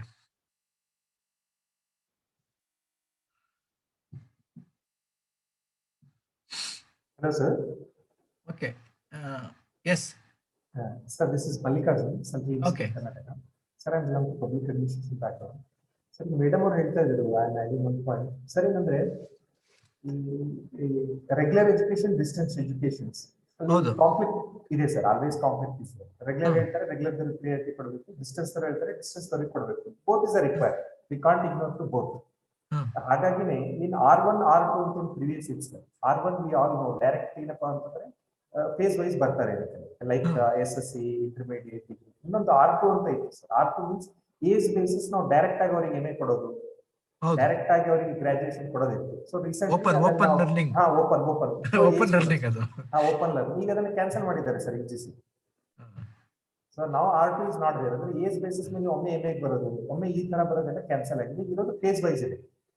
ಈಗ ಏನು ಅಂತಂದ್ರೆ ಸರ್, ಅಲ್ಲಿ ಈ ಎರಡನ್ನ ಬ್ಯಾಲೆನ್ಸ್ ಮಾಡೋ ತರ ಬರ್ಬೇಕು. ಈಗ ಏನಂದ್ರೆ ಡಿಸ್ಟೆನ್ಸ್ ಎಜುಕೇಶನ್ ಕೂಡ ಇಗ್ನೋರ್ ಮಾಡಕ್ ಬರಲ್ಲ ಸರ್, ಮಾಡಕ್ಕಾಗಲ್ಲ. ಮತ್ತೆ ಅದನ್ನ ಎರಡು ಬ್ಯಾಲೆನ್ಸ್ ಮಾಡೋ ನಾವು ಟ್ರಾನ್ಸಿಷನ್ ಟೈಮ್ ಅಲ್ಲಿ ಇದೀವಿ. ಎರಡನ್ನ ಬ್ಯಾಲೆನ್ಸ್ ಮಾಡಬೇಕು. ಎರಡಲ್ಲಿ ಕ್ವಾಲಿಟಿನ ಯಾವ ರೀತಿ ಎನ್ಹಾನ್ಸ್ ಮಾಡಬೇಕು ಅನ್ನೋದ್ರ ಕಡೆ ನಾವು ಗಮನ ಕೊಟ್ರೆ ಸರ್. ಹೌದು, good. Thank you sir. Okay, thank you. Tomorrow I am meeting again in the first hour. Tomorrow's topic is quality assurance. Today we discussed about quality, contents, etc. This is a debatable topic, we can debate, but we want to understand what is quality, what are the multiple dimensions, what are the relationship with other variables we have discussed today. Tomorrow we are going to discuss on quality assurance, NAAC accreditation, NRF ranking, etc. Okay, thank you very much for just a minute. Thank you. Yes. Just a minute, sir. Okay, yes. Very good morning, sir. Yes. Today we are really enjoying with your presentations and everything regarding with the quality of higher education, sir. On behalf of the directors, on behalf of the course coordinators, and the HRDC of University of Mysore and all the participants. Thank you very much, sir. Thank you very much for your wonderful presentations. Thank you. Thank you, Ananda. Tomorrow we meet tomorrow. Okay. Thank you, sir. Dear participants, it's already 11:30, but even though I request you all to join the link again at 11:40. Okay. Please have a short break of 10 minutes because the resource person for the next session is supposed to join the link at 11:40. Okay. Please join. Thank you, sir. Thank you very much. Sir, ನಾಳೆ ಭೇಟಿ ಆಗೋದಾಗ ಬೇಕಾದ್ರೆ ನಿಮ್ಮ doubts ಎಲ್ಲ clear ಮಾಡ್ಕೊಳ್ಳಿ. Okay. Thanks, sir. Thank you, sir.